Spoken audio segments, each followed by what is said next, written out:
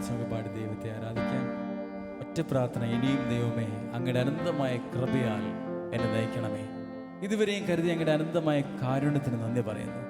സൗഖ്യവും വിടുതലും പ്രദാനം ചെയ്ത അങ്ങയുടെ കാരുണ്യത്തിന് ഞങ്ങൾ നന്ദി പറയുന്നു. ഇനിയുള്ള ശുശ്രൂഷകളിലും ദൈവമേ അങ്ങയുടെ ശക്തി പ്രകടമാക്കണമേ, അങ്ങയുടെ കരബലം പ്രകടമാക്കണമേ. കണ്ണുകളടച്ച് കരങ്ങൾ താളത്തിലടിച്ചുകൊണ്ട് നമുക്ക് പാടി നമുക്ക് ദൈവത്തെ ആരാധിക്കാം.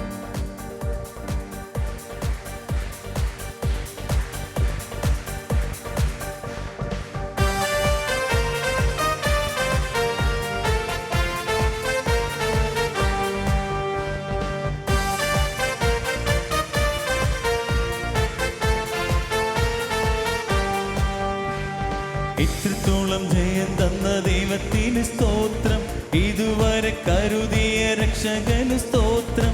ഇനിയും കൃപ തോന്നി കരുതിടണേ, ഇനിയും നടത്തണ തിരുഹിതമ്പോൾ. ഇനിയും കൃപ തോന്നി കരുതിടണേ, ഇനിയും നടത്തണ തിരുഹിതമ്പോൾ. ഇത്രത്തോളം ജയം തന്ന ദൈവത്തിന് സ്തോത്രം, ഇതുവരെ കരുതിയ രക്ഷകന് സ്തോത്രം. ഇനിയും കൃപ തോന്നി കരുതിടണേ, ഇനിയും നടത്തണേ തിരുഹിതം പോൽ. ഇനിയും കൃപ തോന്നി കരുതിടണേ, ഇനിയും നടത്തണേ തിരുഹിതം പോൽ. നിന്നതല്ല നാം, ദൈവം നമ്മെ നിർത്തിയതാ. നേടിയതല്ല ദൈവമല്ല തന്നതല്ലേ. നിന്നതല്ലതാ ദൈവം നമ്മെ നിർത്തിയതാ. നേടിയതല്ല ദൈവമെല്ലാം തന്നതല്ലേ. നടത്തിയ വിധങ്ങൾ ഓർത്തിടുമ്പോൾ നന്ദിയോടെ നാഥന് സ്തുതി പാടിടാം. നടത്തിയ വിധങ്ങൾ ഓർത്തിടുമ്പോൾ നന്ദിയോടെ നാഥന് സ്തുതി പാടിടാം.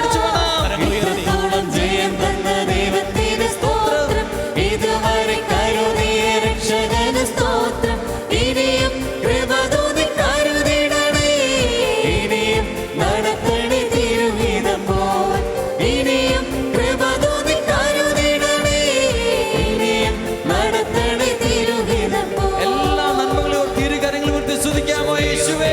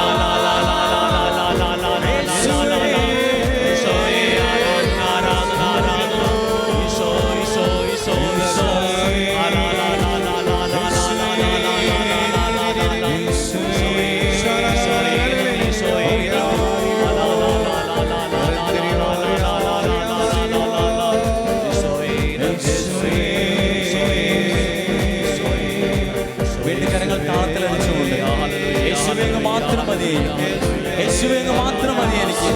മറ്റെന്തിനേക്കാളും നല്ല യേശു മാത്രം മതി.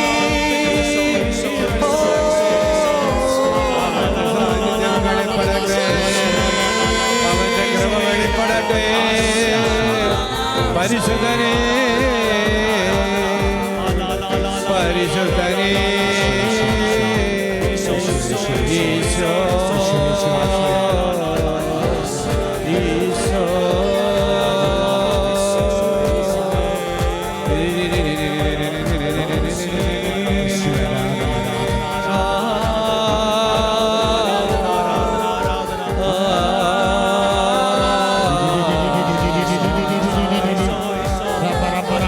ദൈവമേ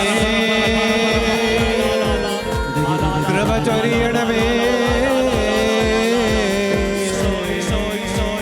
ലഹരിയോ മദിനിയോ സന്ദിനിയോ റിയമദിനിയോ റിയമ ലഗരിയോ മദിനിയോ ശ്യാ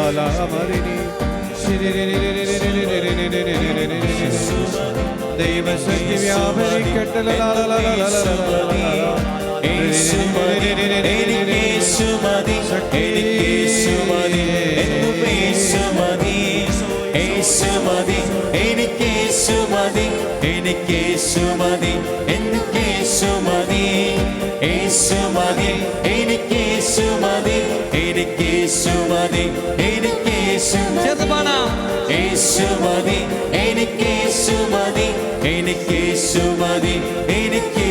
കരങ്ങളടിച്ചു പാടാം.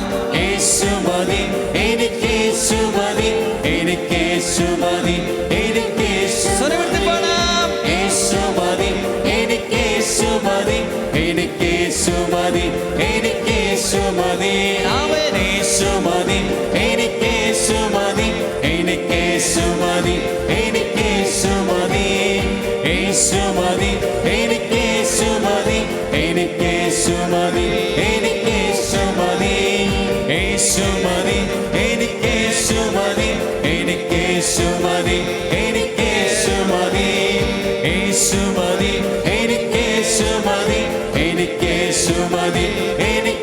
ആഗ്രഹത്തിൽ ചോദിക്കാം.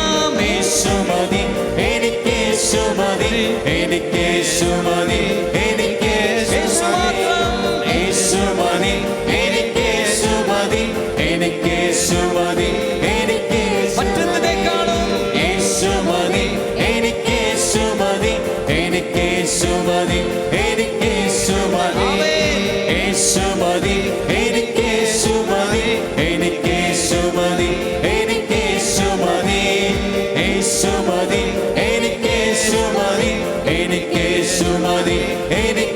ദാഹത്തോടെ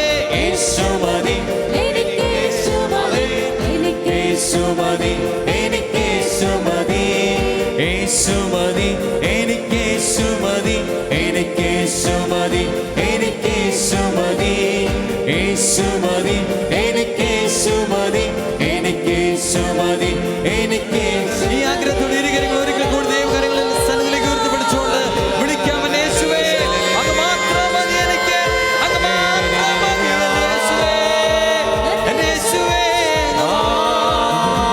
അങ്ങ് മാത്രം മതി യേശുവേ, യേശുവേ, യേശുവേ.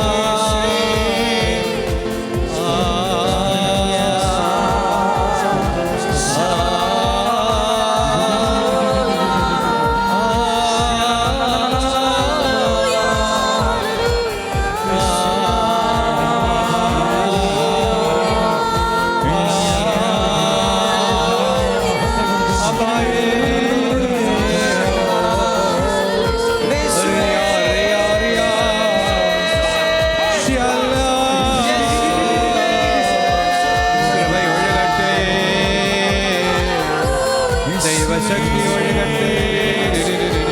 യേശുവേ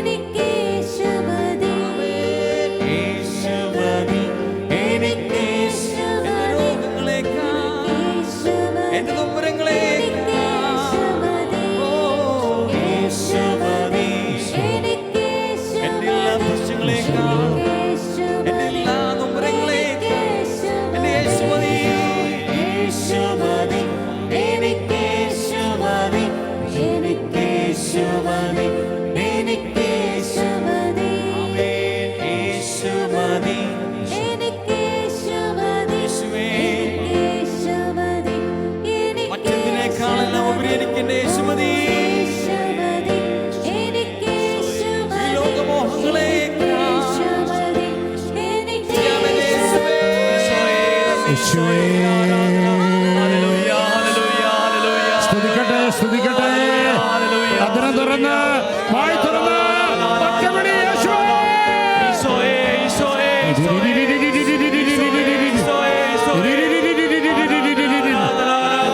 യേശുനാമം ഉയരട്ടെ, യേശുനാമം ഉയരട്ടെ, യേശുനാമം ഉയരട്ടെ.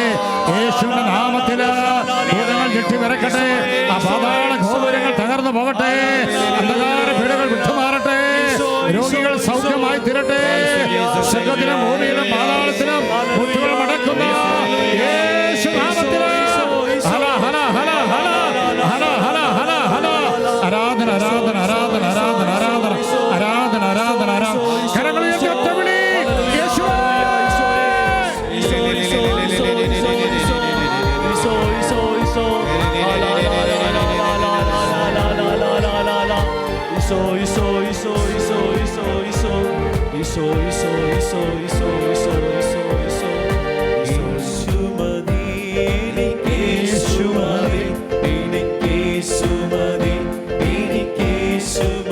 ഈശോയെ അങ്ങ് മാത്രം മതി കർത്താവേ.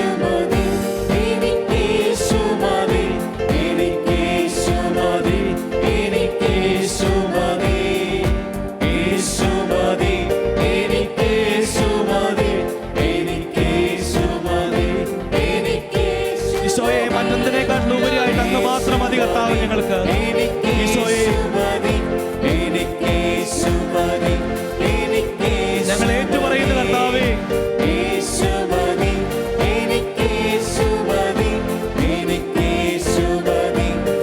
എല്ലാത്തിനും ഉപരിയായി കർത്താവേ അവിടുന്ന് മാത്രം മതി കർത്താവേ.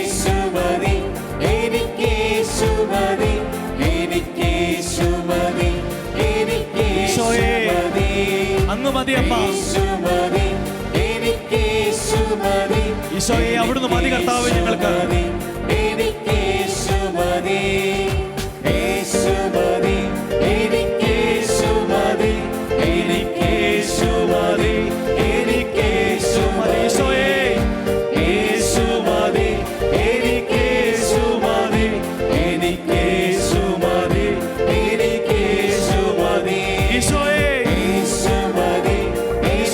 മറ്റെല്ലാറ്റിനും ഉപരിയായി ഈശോയെ അങ്ങ് മാത്രം മതി കർത്താവേ ഞങ്ങൾക്ക്.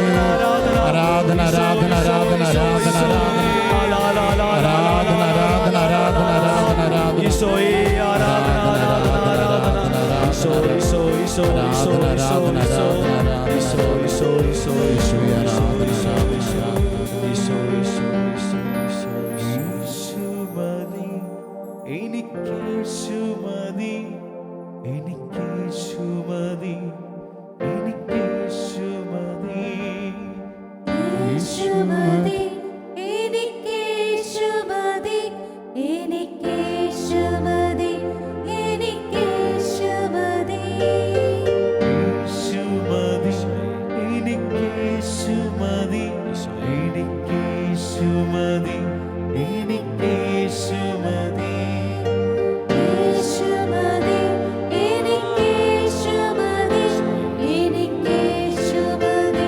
എനിക്ക്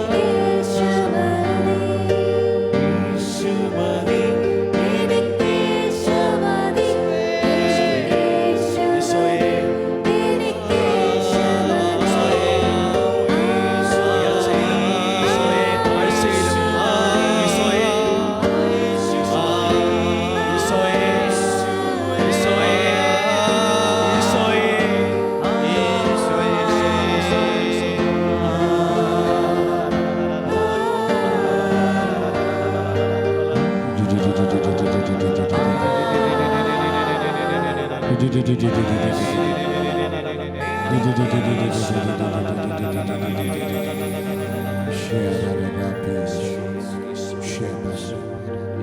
കണ്ണുകളടച്ച് ഹൃദയം കൊണ്ട് ആ വരികൾ നമുക്ക് ആവർത്തിക്കാം.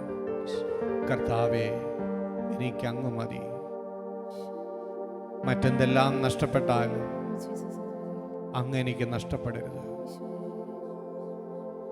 ദൈവമേ, ജീവിതത്തിലെ ഏറ്റവും വലിയ നഷ്ടം ദൈവം നഷ്ടപ്പെട്ട അവസ്ഥയാണെന്ന് ഞാൻ തിരിച്ചറിയുന്നു.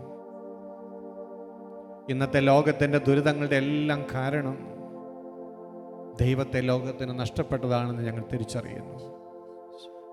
ഈ രാത്രിയിൽ ഞങ്ങൾ ഒരുമിച്ച് പ്രാർത്ഥിക്കുന്നു. യേശുവേ, ഞങ്ങൾക്ക് അവിടുന്ന് മതി. ഞങ്ങൾക്ക് അവിടുത്തെ അനുഗ്രഹം മാത്രം മതി. മറ്റൊന്നും ഞങ്ങൾ ആഗ്രഹിക്കുന്നില്ല. ദൈവമേ, മരണത്തിൻ്റെ നിമിഷം വരെയും അങ്ങയെ നഷ്ടപ്പെടാതെ ജീവിക്കുവാനുള്ള കൃപ ഞങ്ങൾക്ക് നൽകണമേ. അതിനായി ഞങ്ങളുടെ ജീവിതത്തെ ഇന്ന് ശക്തിപ്പെടുത്തണമേ. ഞങ്ങളെ എന്നും കൈപിടിച്ച് നയിക്കണമേ. ഈശോയെ നന്ദി, ഈശോയെ സ്തോത്രം, ഈശോയെ നന്ദി. യേശുമതി, എനിക്കേശുമതി, എനിക്കേശുമതി, എനിക്കേശുമതി. യേശുമതി, എനിക്കേശുമതി, എനിക്കേശുമതി, എനിക്കേശുമതി. യേശുമതി, എനിക്കേശുമതി, എനിക്കേശുമതി, എനിക്കേശുമതി. യേശുമതി, എനിക്കേശുമതി, എനിക്കേശുമതി, എനിക്കേശുമതി. കുരിശ് വരച്ച് നമ്മളെ തന്നെ ആശീർവദിച്ച് നമുക്കിരിക്കാം. വിശുദ്ധ കുരിശിൻ്റെ അടയാളത്താലെ ഞങ്ങളുടെ ശത്രുക്കളിൽ ഞങ്ങളെ രക്ഷിക്കുക. ഞങ്ങളുടെ തമ്പുരാനെ, പിതാവിൻ്റെയും പുത്രൻ്റെയും പരിശുദ്ധാത്മാവിൻ്റെയും നാമത്തിൽ ആമേൻ. ഈശോ മിശിഹായ്ക്ക് സ്തുതിയായിരിക്കട്ടെ. നമ്മൾ കുരിശടയാളം വരയ്ക്കാറുണ്ട് മിക്കപ്പോഴും. നമ്മൾ കുരിശ് വരയ്ക്കുമ്പോൾ അതിലൂടെ നമ്മളെ തന്നെ ദൈവത്തിന് സമർപ്പിക്കുകയാണ് ചെയ്യുന്നത്. ക്രിസ്തുവിൻ്റെ മുദ്ര നമ്മളിൽ കുത്തുകയാണ്. നമ്മൾ ക്രിസ്തുവിൻ്റെ ആണ് എന്ന് പ്രഖ്യാപിക്കുകയാണ് ഓരോ പ്രാവശ്യവും കുരിശ് വരയ്ക്കുമ്പോൾ ചെയ്യുന്നത്. അപ്പോൾ ക്രിസ്തുവിൻ്റേതായി നമ്മൾ പ്രഖ്യാപിച്ച് കഴിയുമ്പോൾ, ദൈവത്തിനായി സമർപ്പിച്ച് കഴിയുമ്പോൾ അത് ദൈവം ഏറ്റെടുക്കും. അപ്പോൾ ദൈവം നമ്മളുടെ ജീവിതത്തിൽ ഇടപെടാനുള്ള ഒരു വാതിൽ നമ്മൾ തുറന്നു കൊടുക്കുകയാണ് കുരിശ് വരയിലൂടെ ചെയ്യുന്നത്. രണ്ടാമതായി, ദൈവത്തിൻ്റെ പ്രോപ്പർട്ടിയാണ് നമ്മളെന്ന് മുദ്ര കുത്തി കഴിയുമ്പോൾ ദൈവത്തിൻ്റെ പ്രോപ്പർട്ടിയിൽ പിശാചിന് കടന്നു വരാൻ പേടിയായിരിക്കും. ഒരു ബഹിഷ്കരണ പ്രാർത്ഥനയാണ്, പിശാചിനെ ബഹിഷ്കരിക്കുന്ന പ്രാർത്ഥനയാണ് ഈ കുരിശ് വര എന്ന് പറയുന്നത്. അതുപോലെ തന്നെ നമ്മളുടെ ജീവിതത്തിലെ ദൈവം ഇടപെടുന്നതിന് തടസ്സമായി നിൽക്കുന്ന കാര്യങ്ങൾ നീക്കിക്കളയാനുള്ള ഒരു വലിയ ശക്തിയും ഈ കുരിശുവര പ്രാർത്ഥനയ്ക്കുണ്ട്. ആദിമ നൂറ്റാണ്ട് മുതൽ വിശ്വാസികൾ അവരുടെ ജീവിതത്തിലെ ഒരു അവിഭാജ്യ ഘടകമായിട്ട് ഈ കുരിശുവര കണക്കാക്കിയിരുന്നു. പ്രത്യേകിച്ചും രാവിലെ എഴുന്നേൽക്കുമ്പോൾ അവർ ആദ്യം കുരിശ് വരച്ച് പ്രാർത്ഥിക്കുന്നു. യാത്ര പുറപ്പെടുന്ന സമയത്ത് കുരിശ് വരച്ച് പ്രാർത്ഥിക്കും. ഭക്ഷണം കഴിക്കുന്നതിന് മുമ്പ് അവർ കുരിശ് വരച്ച് പ്രാർത്ഥിക്കുന്നു. അതുപോലെ കിടക്കുന്നതിന് മുമ്പ് കുരിശ് വരച്ച് പ്രാർത്ഥിക്കുന്നു. അപ്പോൾ കുരിശ് വര ആദിമ ക്രൈസ്തവ സമൂഹത്തിൻ്റെ ഒരു അവിഭാജ്യ ഘടകമായിരുന്നു. അപ്പോൾ ഈ കുരിശ് വരയിലൂടെ അവർ അവരെ തന്നെ തിന്മയിൽ നിന്ന് സംരക്ഷിക്കുന്നു, ദൈവത്തിനായിട്ട് സമർപ്പിക്കുന്നു. അപ്പം നമ്മൾ എല്ലാ കാര്യങ്ങളും ഒരു പ്രാർത്ഥനയാക്കി മാറ്റുവാൻ ഈ കുരിശ് വരയിലൂടെ നമുക്ക് സാധിക്കും. അപ്പോൾ ഭക്ഷണം കഴിക്കുമ്പോൾ നമ്മൾ കുരിശ് വരച്ചത് പ്രാർത്ഥിക്കുമ്പോൾ ആ ഭക്ഷണം നമ്മൾ കർത്താവിന് സമർപ്പിക്കുക, നന്ദി പറയുക, ആശീർവദിക്കുക, വിശുദ്ധീകരിക്കുകയാണ് നമ്മൾ ചെയ്യുന്നത്. അപ്പം അതുപോലെ നിരന്തരമായി കുരിശ് വരയ്ക്കുമ്പോൾ ദൈവ സാന്നിധ്യ സ്മരണയിൽ ജീവിക്കുവാനായിട്ട് നമുക്ക് സാധിക്കും. രണ്ടാമതായി, നമ്മളൊരു ആത്മീയ പോരാട്ടത്തിലാണ് ഈ ലോകത്തിൽ. അപ്പോൾ നിരന്തരമായി ദൈവത്തിൻ്റെ സംരക്ഷണം നമുക്ക് ആവശ്യമാണ്. അതുകൊണ്ട് കുരിശ് വരച്ച് നമ്മളെ തന്നെ നമ്മൾ പ്രൊട്ടക്റ്റ് ചെയ്യാണ്. പണ്ട് കാലത്തൊക്കെ കത്തെഴുതാൻ തുടങ്ങുമ്പോഴൊക്കെ കുരിശ് വരച്ചിട്ടാണ് ആരംഭിക്കുക. അതിൽ ദൈവത്തിൻ്റെ ഒരു കൃപ വരാൻ വേണ്ടിയാണ്. തിന്മ ഇടപെടാതിരിക്കാൻ വേണ്ടിയാണ്. എഗ്രിമെൻറ്റുകൾ ചെയ്യുമ്പോൾ കുരിശ് വരച്ചിട്ടാണ് ചെയ്തുകൊണ്ടിരുന്നത്. അപ്പം അതുപോലെ കുട്ടികളൊക്കെ അസ്വസ്ഥരാകുമ്പോൾ നെറ്റിയിൽ കുരിശ് വരച്ച് പ്രാർത്ഥിക്കും. അപ്പം കുരിശ് വര നമ്മുടെ ജീവിതത്തിലെ വളരെ പ്രധാനപ്പെട്ടതും അവിഭാജ്യമായിട്ടുള്ളതുമായ ഒരു പ്രാർത്ഥനാ രീതിയാണ്. അത് നമ്മൾ പുനരാരംഭിക്കണം. നമ്മൾ പലപ്പോഴും കുരിശ് വരയ്ക്കാറൊക്കെയുണ്ട്. പക്ഷേ ആത്മീയ ജീവിതത്തിൽ ശക്തി പ്രാപിക്കാൻ ബോധ്യത്തോടുകൂടി, ഭക്തിയോടുകൂടി, വിശ്വാസത്തോടുകൂടി കുരിശ് വരയ്ക്കാൻ നമ്മൾ പരിശീലിക്കണം വീണ്ടും. അത് നമുക്ക് ഒത്തിരിയേറെ ആത്മീയ വളർച്ചയ്ക്ക് കാരണമായിട്ട് തീരും. നിരന്തരമായി ദൈവത്തെ സ്മരിക്കുന്നതിനുള്ളൊരു ഉപാധിയായിട്ട് മാറും. തിന്മകളിൽ നിന്ന് അത് നമ്മളെ സംരക്ഷിക്കുന്ന ഒരു പ്രാർത്ഥനാ കവചമായിട്ട് മാറും. കുരിശുവരയിലൂടെ പരിശുദ്ധ തൃത്വത്തിൻ്റെ നിഗൂഢമായ ശക്തി റിലീസ് ചെയ്യപ്പെടുകയാണ്. സഭയുടെ ചരിത്രത്തിൽ ഒരുപാട് വിശുദ്ധരുടെ ജീവിതത്തിലേക്ക് നോക്കുമ്പോൾ അവർ കുരിശ് വരച്ച് അനേക രോഗികളെ സുഖപ്പെടുത്തിയ കഥകൾ നമുക്ക് വായിക്കുവാനായിട്ട് സാധിക്കും. കാൻറ്റർബറിയിലെ ആർച്ച് ബിഷപ്പായിരുന്ന വിശുദ്ധ ആൻസലം കൂണി എന്ന സ്ഥലത്തോട് നടക്കുമ്പോൾ ഒരു സ്ത്രീ മനസ്സിൻ്റെ സമനില തെറ്റ് അക്രമാസക്തിയായിട്ട് റോഡിലൂടെ ബഹളം വെച്ച് പോവുകയാണ്. അദ്ദേഹം ആ സ്ത്രീയെ നോക്കിയൊന്ന് കുരിശ് വരച്ചു. പെട്ടെന്ന് ആ സ്ത്രീ സൗഖ്യമുള്ളവളായി സുബോധമുള്ളവരായിട്ട് മാറി എന്ന് അദ്ദേഹത്തിൻ്റെ ജീവചരിത്രത്തിൽ വായിക്കുന്നുണ്ട്. വിശുദ്ധ വിൻസെൻ്റ് ഫെറർ സഭയിൽ ഏറ്റവും അധികം അത്ഭുതങ്ങൾ ചെയ്തിട്ടുള്ള ഒരു വിശുദ്ധനാണ് വിശുദ്ധ വിൻസെൻ്റ് ഫെറർ. അദ്ദേഹം പ്രസംഗിച്ചു കൊണ്ടിരിക്കുമ്പോൾ ജനങ്ങളെ നോക്കി കുരിശ് വരയ്ക്കുമ്പോൾ നൂറുകണക്കിന് രോഗികൾ ഒരേ സമയത്ത് സൗഖ്യമുള്ളവരായിട്ട് എഴുന്നേൽക്കുന്ന അനുഭവങ്ങൾ രേഖപ്പെടുത്തിയിട്ടുണ്ട്. ക്ലാര പുണ്യവഴുതി ഒരു ദിവസം മഠത്തിലെ രോഗികളുടെ കിടപ്പുമുറിയിലേക്ക് ചെന്ന് 5 രോഗികൾ അവിടെ കിടക്കുന്നുണ്ടായിരുന്നു. അവരുടെ നേരെ നോക്കി കുരിശ് വരച്ചപ്പോൾ തന്നെ 5 പേരും ചാടി എഴുന്നേറ്റു എന്നാണ് പറയുന്നത്.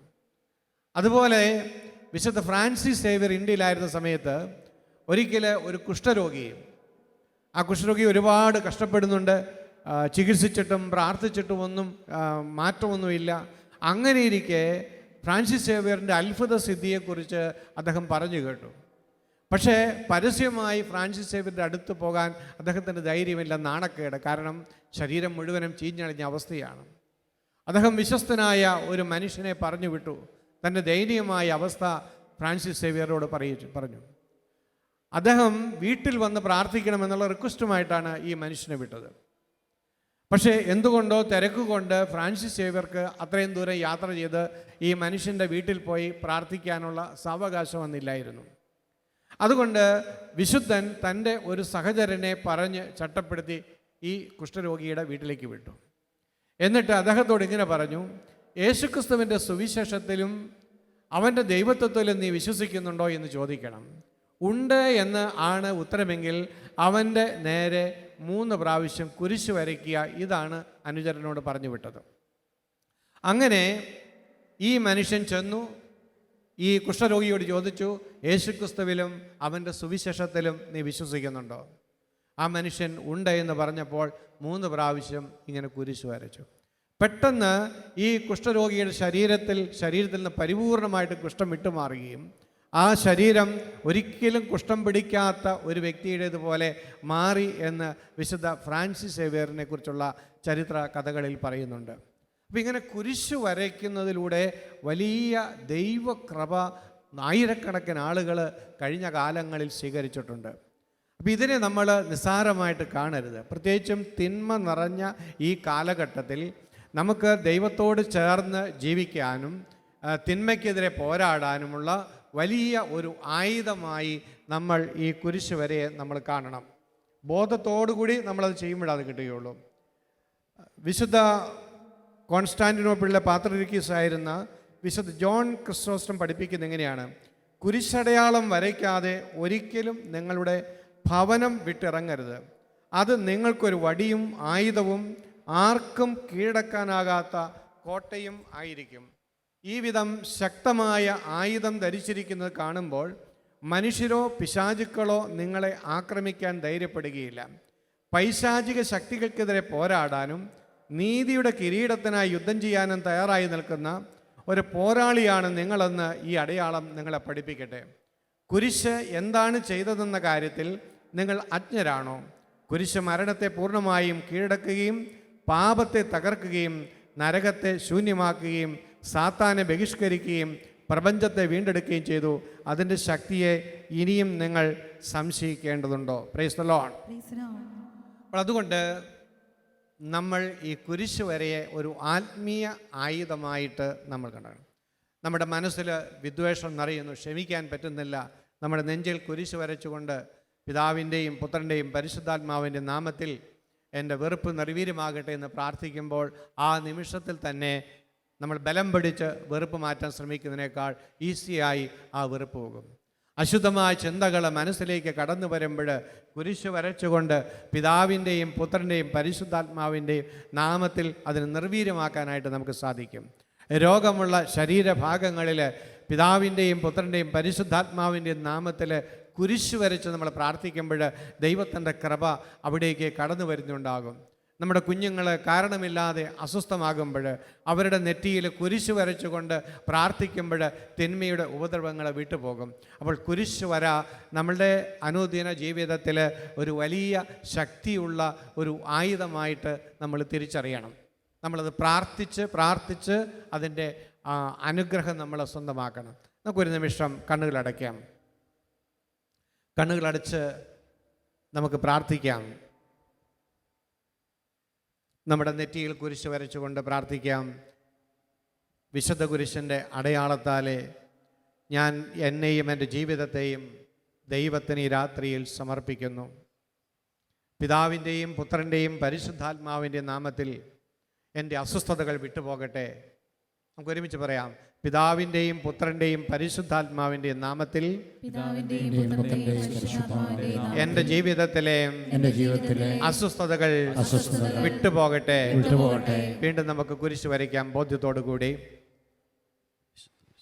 നമ്മളുടെ ജീവിതത്തിലെ നമ്മളെ ഭാരപ്പെടുത്തുന്ന പ്രശ്നങ്ങളെ കണ്ടുകൊണ്ട് നമുക്ക് വീണ്ടും പ്രാർത്ഥിക്കാം. പിതാവിൻ്റെയും പുത്രൻ്റെയും പരിശുദ്ധാത്മാവിൻ്റെയും നാമത്തിൽ എൻ്റെ ജീവിതത്തെ അസ്വസ്ഥപ്പെടുത്തുന്ന ഭാരപ്പെടുത്തുന്ന എല്ലാ പ്രശ്നങ്ങളെയും ഞാൻ നിർവീര്യമാക്കുന്നു. പരിശുദ്ധ തൃത്വത്തിൻ്റെ നിഗൂഢ ശക്തിയാൽ എൻ്റെ പ്രശ്നങ്ങൾ പരിഹരിക്കപ്പെടട്ടെ. പരിശുദ്ധ തൃത്വത്തിൻ്റെ നിഗൂഢ ശക്തിയാൽ എൻ്റെ വേദനകൾ വിട്ടുപോകട്ടെ. പരിശുദ്ധ തൃത്വത്തിന്റെ നിഗൂഢ ശക്തിയാൽ എൻ്റെ രോഗങ്ങൾ അപ്രത്യക്ഷമാകട്ടെ. നമുക്ക് വീണ്ടും എഴുന്നേറ്റ് നിൽക്കാം. ശരീരത്തിലെ രോഗങ്ങളുള്ള ഭാഗത്ത് നമുക്ക് കുരിശ് വരച്ചുകൊണ്ട് നമുക്ക് മനസ്സുകൊണ്ട് പ്രാർത്ഥിക്കുക. ഞങ്ങളുടെ ശരീരത്തിൻ്റെ ഏത് ഭാഗത്താണോ ഇപ്പോൾ രോഗത്തിൻ്റെ പീഡകളുള്ളത്, വേദനയുള്ളത്, അവിടെയെല്ലാം വിശ്വാസത്തോടെ കുരിശ് വരച്ചുകൊണ്ട് ഞങ്ങൾ പ്രാർത്ഥിക്കുക. പിതാവിൻ്റെയും പുത്രൻ്റെയും പരിശുദ്ധാത്മാവിൻ്റെയും നാമത്തിൽ എൻ്റെ രോഗം വിട്ടുപോകട്ടെ, എൻ്റെ വേദന വിട്ടുപോകട്ടെ, എൻ്റെ തളർച്ച വിട്ടുപോകട്ടെ. എല്ലാവരും ബോധ്യത്തോടെ പ്രാർത്ഥിച്ചു കൊണ്ടിരിക്കുക, ആവർത്തിച്ച് പ്രാർത്ഥിച്ചു കൊണ്ടിരിക്കുക. രോഗത്തിൻ്റെ പീഡകളെല്ലാം വിട്ടുപോകട്ടെ. തിന്മയുടെ സ്വാധീനങ്ങൾ ശരീരത്തിൽ നിന്ന് അകന്നു പോകട്ടെ. ബന്ധനങ്ങൾ അഴിയട്ടെ. കർത്താവിൻ്റെ സ്വാതന്ത്ര്യം നമ്മുടെ ജീവിതത്തിലേക്ക് കടന്നു വരട്ടെ. പിതാവേ, അവിടുന്ന് ഈ നിമിഷങ്ങളിൽ അങ്ങേ പുത്രൻ്റെ നാമത്തിൽ ഞങ്ങളെ അനുഗ്രഹിക്കണമേ. പരിശുദ്ധാത്മാവെ, ഞങ്ങളുടെ ശരീരത്തിലേക്ക് അങ്ങ് കടന്നു വരണമേ. അങ്ങയുടെ ശക്തി ഞങ്ങളിലേക്ക് അയക്കണമേ. അങ്ങയുടെ കൃപ ഞങ്ങളിലേക്ക് അയക്കണമേ. Hallelujah, hallelujah. യേശുവേ നന്ദി, യേശുവേ സ്തോത്രം.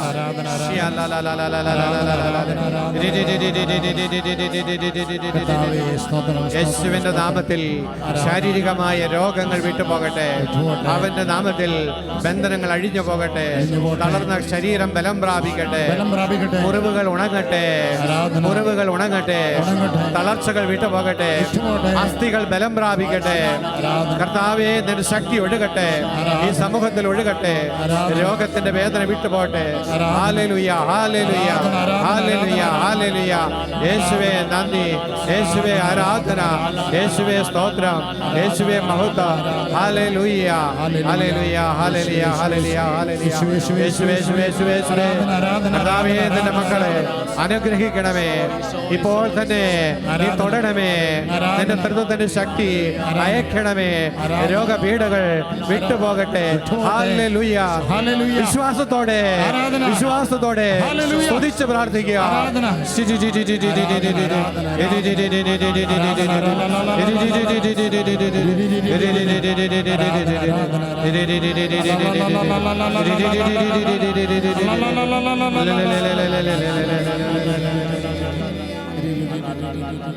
വിശുദ്ധ കുരിശിന്റെ അടയാളത്താലേ എന്നെ രക്ഷിക്കാം എന്റെ തമ്പുരാനേ.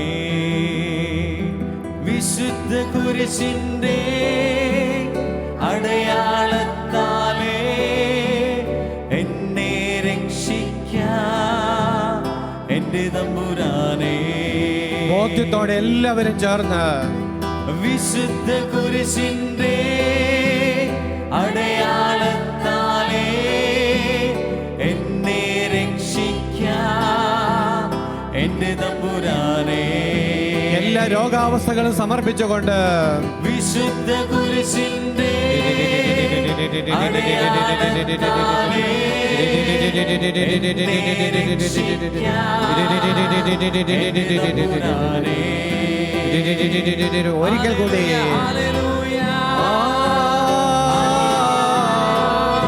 കർത്താവേ കർത്താവേ കർത്താവേ ശക്തി അയക്കണമേ. പിതാവേ യേശുവിന്റെ നാമത്തിൽ കൃപയൊഴുക്കണമേ. കെട്ടുകൾ അഴിക്കണമേ. പരിശുദ്ധാത്മാവേ അങ്ങയുടെ മക്കളെ സന്ദർശിക്കണമേ. കൃപയൊഴിക്കണമേ.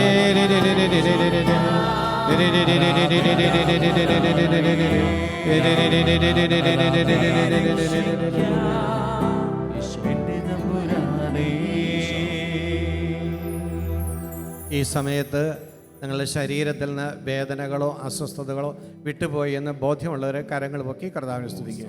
ഈ സമയത്ത് നിങ്ങൾ ആരുടെയെങ്കിലും ശരീരത്തിൽ നിന്ന് ധൈര്യമായിട്ട് പൊക്കി കരം, ലജ്ജിക്കൊന്നും വേണ്ട. 1 2 3 4 5 6 7. ഹല്ലേലൂയ. ഹല്ലേലൂയ. ദൈവമേ സ്തോത്രം. യേശുവേ നന്ദി. യേശുവേ സ്തോത്രം. യേശുവേ ആരാധന. യേശുവേ സ്തുതി. യേശുവേ മഹത്വം. യേശുവേ നന്ദി. യേശുവേ സ്തുതി. നമുക്കിരിക്കാം. പ്രഭാഷകന്റെ പുസ്തകത്തിൽ 30-ാം അധ്യായം 23-ാമത്തെ തിരുവചനത്തിൽ ഇങ്ങനെ പറയുന്നുണ്ട്: ദുഃഖം അകറ്റി ആത്മാവിനെ സന്തോഷിപ്പിക്കുകയും ഹൃദയത്തെ ആശ്വസിപ്പിക്കുകയും ചെയ്യുക. ദുഃഖം അനേകരെ നശിപ്പിച്ചിട്ടുണ്ട്, അത് നിഷ്പ്രയോജനകരമാണ്. ഹല്ലേലൂയ. ഹല്ലേലൂയ. നമുക്ക് ഏറ്റുചൊല്ലാം. അത് ദുഃഖമകറ്റി ദുഃഖമകറ്റി ആത്മാവിനെ സന്തോഷിപ്പിക്കുകയും ഹൃദയത്തെ ആശ്വസിപ്പിക്കുകയും ചെയ്യുക. ദുഃഖം അനേകരെ നശിപ്പിച്ചിട്ടുണ്ട്, അത് നിഷ്പ്രയോജനകരമാണ്. Price the Lord. ദുഃഖകരമായ അനുഭവങ്ങൾ നമ്മുടെ ജീവിതത്തിൽ സാധാരണയാണ്. ദുഃഖം തോന്നുകയും സ്വാഭാവികമാണ്. എന്നാൽ എന്നും ദുഃഖിച്ചു കഴിയുക എന്നുള്ളത് ദൈവത്തിൻ്റെ പദ്ധതിയല്ല. ഹല്ലേലൂയ. ഹല്ലേലൂയ. ഇവിടെ ഇരിക്കുന്ന ഭൂരിപക്ഷം പേരും മാതാപിതാക്കളാണ്. നിങ്ങളുടെ മക്കൾ ദുഃഖിച്ച് കഴിയുന്നത് കാണുമ്പോൾ നിങ്ങൾക്ക് സന്തോഷം ഉണ്ടാകുമോ? ഇല്ല. നിങ്ങൾ ആഗ്രഹിക്കുന്നത് നിങ്ങളുടെ മക്കൾ സന്തോഷത്തോടെ ജീവിക്കുന്നത് കാണാനാണ്. ചിലപ്പോൾ മക്കൾക്ക് വേണ്ടി ഒരുപാട് കഷ്ടപ്പെട്ട് എല്ലാം ഒരുക്കി കൊടുത്താലും ഈ മക്കൾക്ക് സന്തോഷം കാണാതെ വരുമ്പോൾ നിസ്സഹായത അനുഭവപ്പെടും. എങ്കിൽ സ്വർഗസ്ഥനായ പിതാവിനും ഇതേ വേദനയുണ്ട്. ഈ പിതാവ് അത്യധികമായിട്ട് എന്നെയും നിങ്ങളെ സ്നേഹിക്കുന്നു. നമുക്ക് സന്തോഷം നൽകാൻ വേണ്ടി പിതാവിന് ചെയ്യാവുന്നതൊക്കെ ചെയ്തു. തൻ്റെ ഏകപുത്രനെ പോലും ഈ ലോകത്തിലേക്ക് നമ്മളെ രക്ഷിക്കാൻ വേണ്ടി ബലിയായിട്ട് കൊടുത്തു. നമ്മളെ സഹായിക്കാൻ മാലാഖമാരെ തന്നു. നമുക്ക് വേണ്ടി അവിടുത്തെ പരിശുദ്ധാത്മാവിനെ തന്നു. എല്ലാം തന്നിട്ടും മനുഷ്യ മക്കൾ ഇപ്പോഴും ദുഃഖിതരും നിരാശിതരും തളർന്നവരുമായി ജീവിക്കുന്നത് കാണുമ്പോൾ സ്വർഗത്തിലെ അപ്പൻ്റെ ഹൃദയം തകരുന്നുണ്ടാകാം. ദൈവം തൻ്റെ മക്കൾ സന്തോഷത്തോടെ ജീവിക്കുവാനായിട്ട് ആഗ്രഹിക്കുന്നു. അതാണ് ദൈവത്തിൻ്റെ പദ്ധതി. പക്ഷേ നമ്മുടെ ജീവിത സാഹചര്യങ്ങളിലെ പല പ്രശ്നങ്ങളും മൂലം നമുക്ക് സന്തോഷിക്കാൻ മാനുഷികമായിട്ട് ബുദ്ധിമുട്ടാണ്. ഇത് ദൈവത്തിനറിയാം. അതുകൊണ്ടാണ് ദൈവം തൻ്റെ ആത്മാവിനെ നമുക്ക് നൽകിയിരിക്കുന്നത്. പരിശുദ്ധാത്മാവിൻ്റെ കൃപയിലൂടെ ഏത് സാഹചര്യത്തിലും സന്തോഷമുള്ളവരായി ജീവിക്കുവാൻ മനുഷ്യന് സാധിക്കും. Price the Lord. Praise the Lord. അതുകൊണ്ടാണ് പൗലോസും സീലാസും ജയിലറയിൽ സ്തോത്രം പാടി സന്തോഷത്തോടെ ദൈവത്തെ സ്തുതിച്ചത്. നമുക്ക് സന്തോഷിക്കാൻ കഴിയാത്തത് എൻ്റെ ജീവിതത്തിൽ ഒരുപാട് പ്രശ്നങ്ങൾ ഉള്ളതുകൊണ്ടല്ല. നമുക്ക് സന്തോഷിക്കാൻ കഴിയാത്തത് എൻ്റെ വേദന കൊണ്ടല്ല. നമുക്ക് സന്തോഷിക്കാൻ കഴിയാതെ വരുന്നത് പരിശുദ്ധാത്മാവിൻ്റെ കുറവ് കൊണ്ടാണ്. കരങ്ങൾ ഉയർത്തി ഹല്ലേലൂയ. ഹല്ലേലൂയ. പ്രിയപ്പെട്ടവരെ, ദൈവത്തിൻ്റെ ആത്മാവിൽ നിറയുമ്പോൾ ഏത് സാഹചര്യത്തിലും സന്തോഷിക്കുവാനായിട്ട് നമുക്ക് സാധിക്കും. ദുഃഖം അതൊരു വികാരം, അത് എല്ലാവർക്കും വരും, എത്ര ആത്മീയമായിട്ട് വളർന്നാലും വരും. പക്ഷെ നമുക്കറിയാം, വികാരം എന്ന് പറഞ്ഞാൽ അത് സ്ഥിരതയില്ലാത്തത്, മാറിക്കൊണ്ടിരിക്കുന്ന ഇമോഷനാണ്. അത് ചലിച്ചുകൊണ്ടിരിക്കുന്നതാണ്. അത് കടന്നു പോകേണ്ടതാണ്. ദുഃഖമെന്ന അനുഭവം ഉണ്ടായിരുന്നു, അത് കടന്നു പോകണം. പക്ഷേ ഈ ദുഃഖം കടന്നു പോകാതെ മാറാതെ നമ്മുടെ മനസ്സിൽ ജീവിതത്തിൽ നിറഞ്ഞു നിൽക്കുമ്പോൾ എന്ത് പറ്റുന്നു?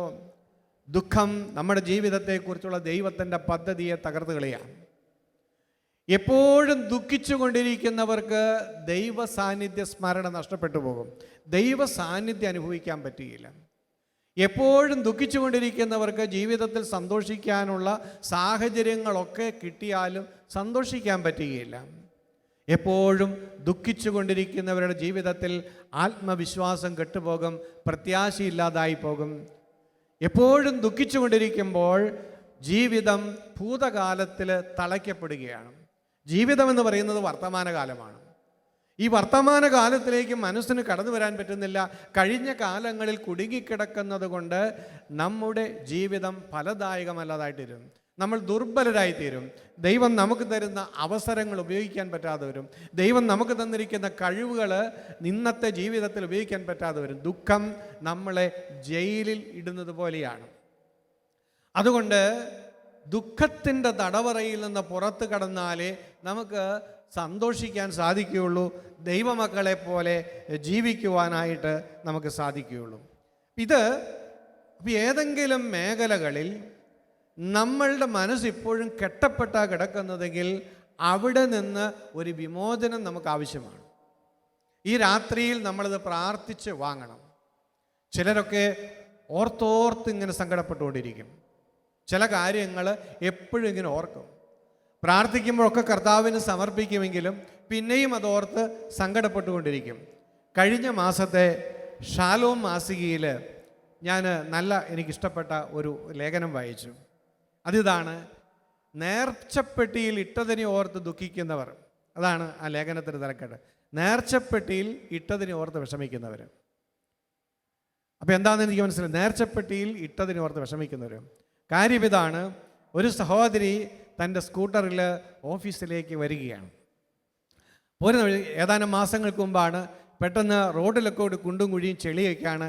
ഈ ചെളി ഒഴിവാക്കി പോരുന്നതിനിടയിൽ സ്കൂട്ടർ മറഞ്ഞു.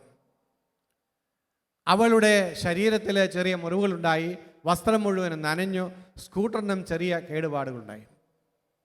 ആകെ വിഷമമായി ആളുകൾ ഓടിക്കൂടി ചമ്മലായി, നാണക്കേടായി, ശരീരത്തിൻ്റെ വേദന, മനസ്സിൻ്റെ വേദന.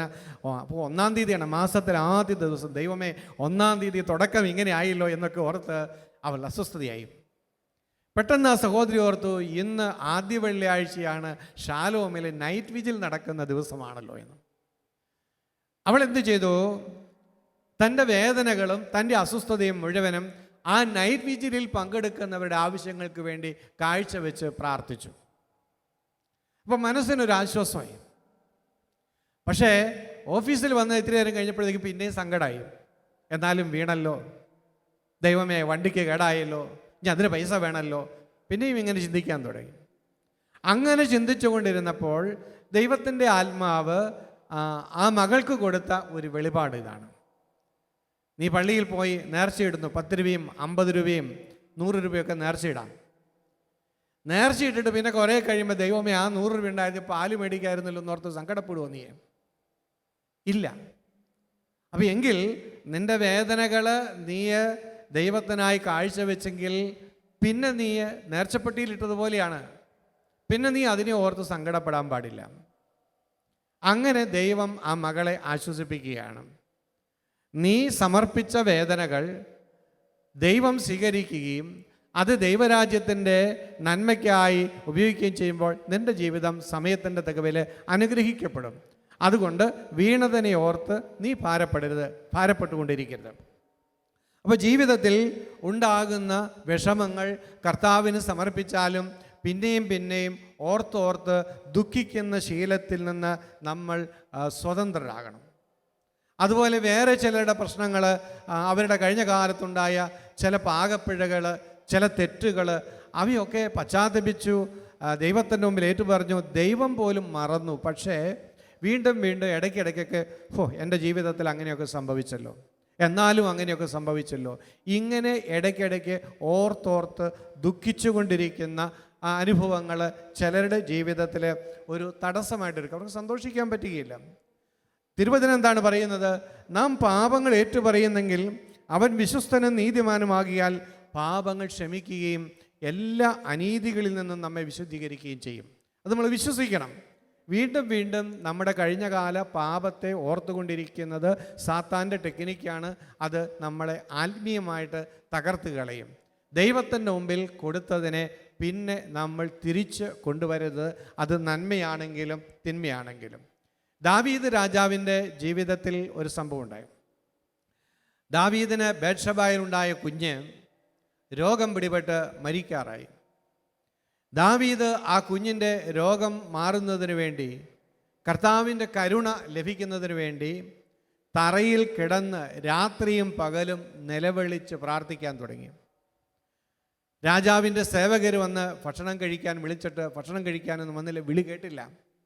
അത്രയേറെ ദാവീദ് ആ കുഞ്ഞിനെ രക്ഷിക്കാൻ വേണ്ടി ഉപവസിച്ച് നിലത്ത് കിടന്ന് കരഞ്ഞ് പ്രാർത്ഥിച്ചു. ഒരു ദിവസമല്ല, 7 ദിവസം പ്രാർത്ഥിച്ചു. ഒടുവിൽ 7ാമത്തെ ദിവസം കുഞ്ഞ് മരിച്ചു. കുഞ്ഞ് മരിച്ചു കഴിഞ്ഞപ്പോൾ സേവകന്മാർക്ക് പേടി, ഇതെങ്ങനെ രാജാവിനെ അറിയിക്കും? കുഞ്ഞിന് സുഖമില്ലാത്ത സമയത്ത് പോലും അടുത്ത് ചെന്ന് ഭക്ഷണം കഴിക്കാൻ വിളിച്ചാൽ ശ്രദ്ധിക്കാത്ത ആളാണ്. അപ്പോൾ കുഞ്ഞ് മരിച്ചു എന്ന് പറഞ്ഞാൽ രാജാവിന് അത് താങ്ങാൻ പറ്റുമോ? ഇതായിരുന്നു ചിന്ത. പക്ഷേ അവർ രാജാവിനെ വിവരം അറിയിച്ചു കഴിഞ്ഞപ്പോൾ രാജാവ് പെട്ടെന്ന് കരച്ചിൽ നിർത്തി, ഉപവാസം നിർത്തി. അദ്ദേഹം എഴുന്നേറ്റ് ഓടിപ്പോയി കുളിച്ചു, ദേവാലയത്തിൽ പോയി ആരാധിച്ചു, ഭക്ഷണം കഴിക്കാൻ വേണ്ടിയിരുന്നു. സേവകർക്ക് ഞെട്ടലായി. ഇത്രയും ദിവസം കുഞ്ഞ് രോഗിയായിരുന്നപ്പോൾ ഭക്ഷണം പോലും വേണ്ട എന്ന് വെച്ച് എല്ലാ കാര്യങ്ങളും വിസ്മരിച്ച് കുഞ്ഞിന് വേണ്ടി നിലവിളിച്ചു കൊണ്ടിരുന്ന രാജാവ് കുഞ്ഞ് മരിച്ചതോടുകൂടി കരച്ചിലും നിർത്തി, ഉപവാസവും നിർത്തി, വളരെ കുളിച്ച് തൈലം പൂശി എന്നാണ് ബൈബിളിൽ പറയുന്നത്. തൈലം പൂശി ഭക്ഷണം കഴിച്ച് നല്ല കുട്ടപ്പനായിട്ട് ഇങ്ങനെ ഇരിക്കുകയാണ്. അപ്പോൾ സേവകർക്ക് ഈ പെരുമാറ്റം മനസ്സിലായില്ല. അപ്പോൾ അവർ രാജാവിനോട് ചോദിച്ചു, അല്ല രാജാവേ, അങ്ങ് കുഞ്ഞ് സുഖമില്ലാതെ കിടന്നപ്പോൾ ഭക്ഷണം പോലും കഴിക്കാതെ നിലവിളിച്ച് പ്രാർത്ഥിച്ചു. കുഞ്ഞ് മരിച്ചു എന്നറിഞ്ഞപ്പോൾ കരച്ചിലും നിർത്തി, ദുഃഖവും മാറി, അങ്ങ് കുളിച്ച് തൈലം പൂശി ഭക്ഷണം കഴിക്കുന്നു.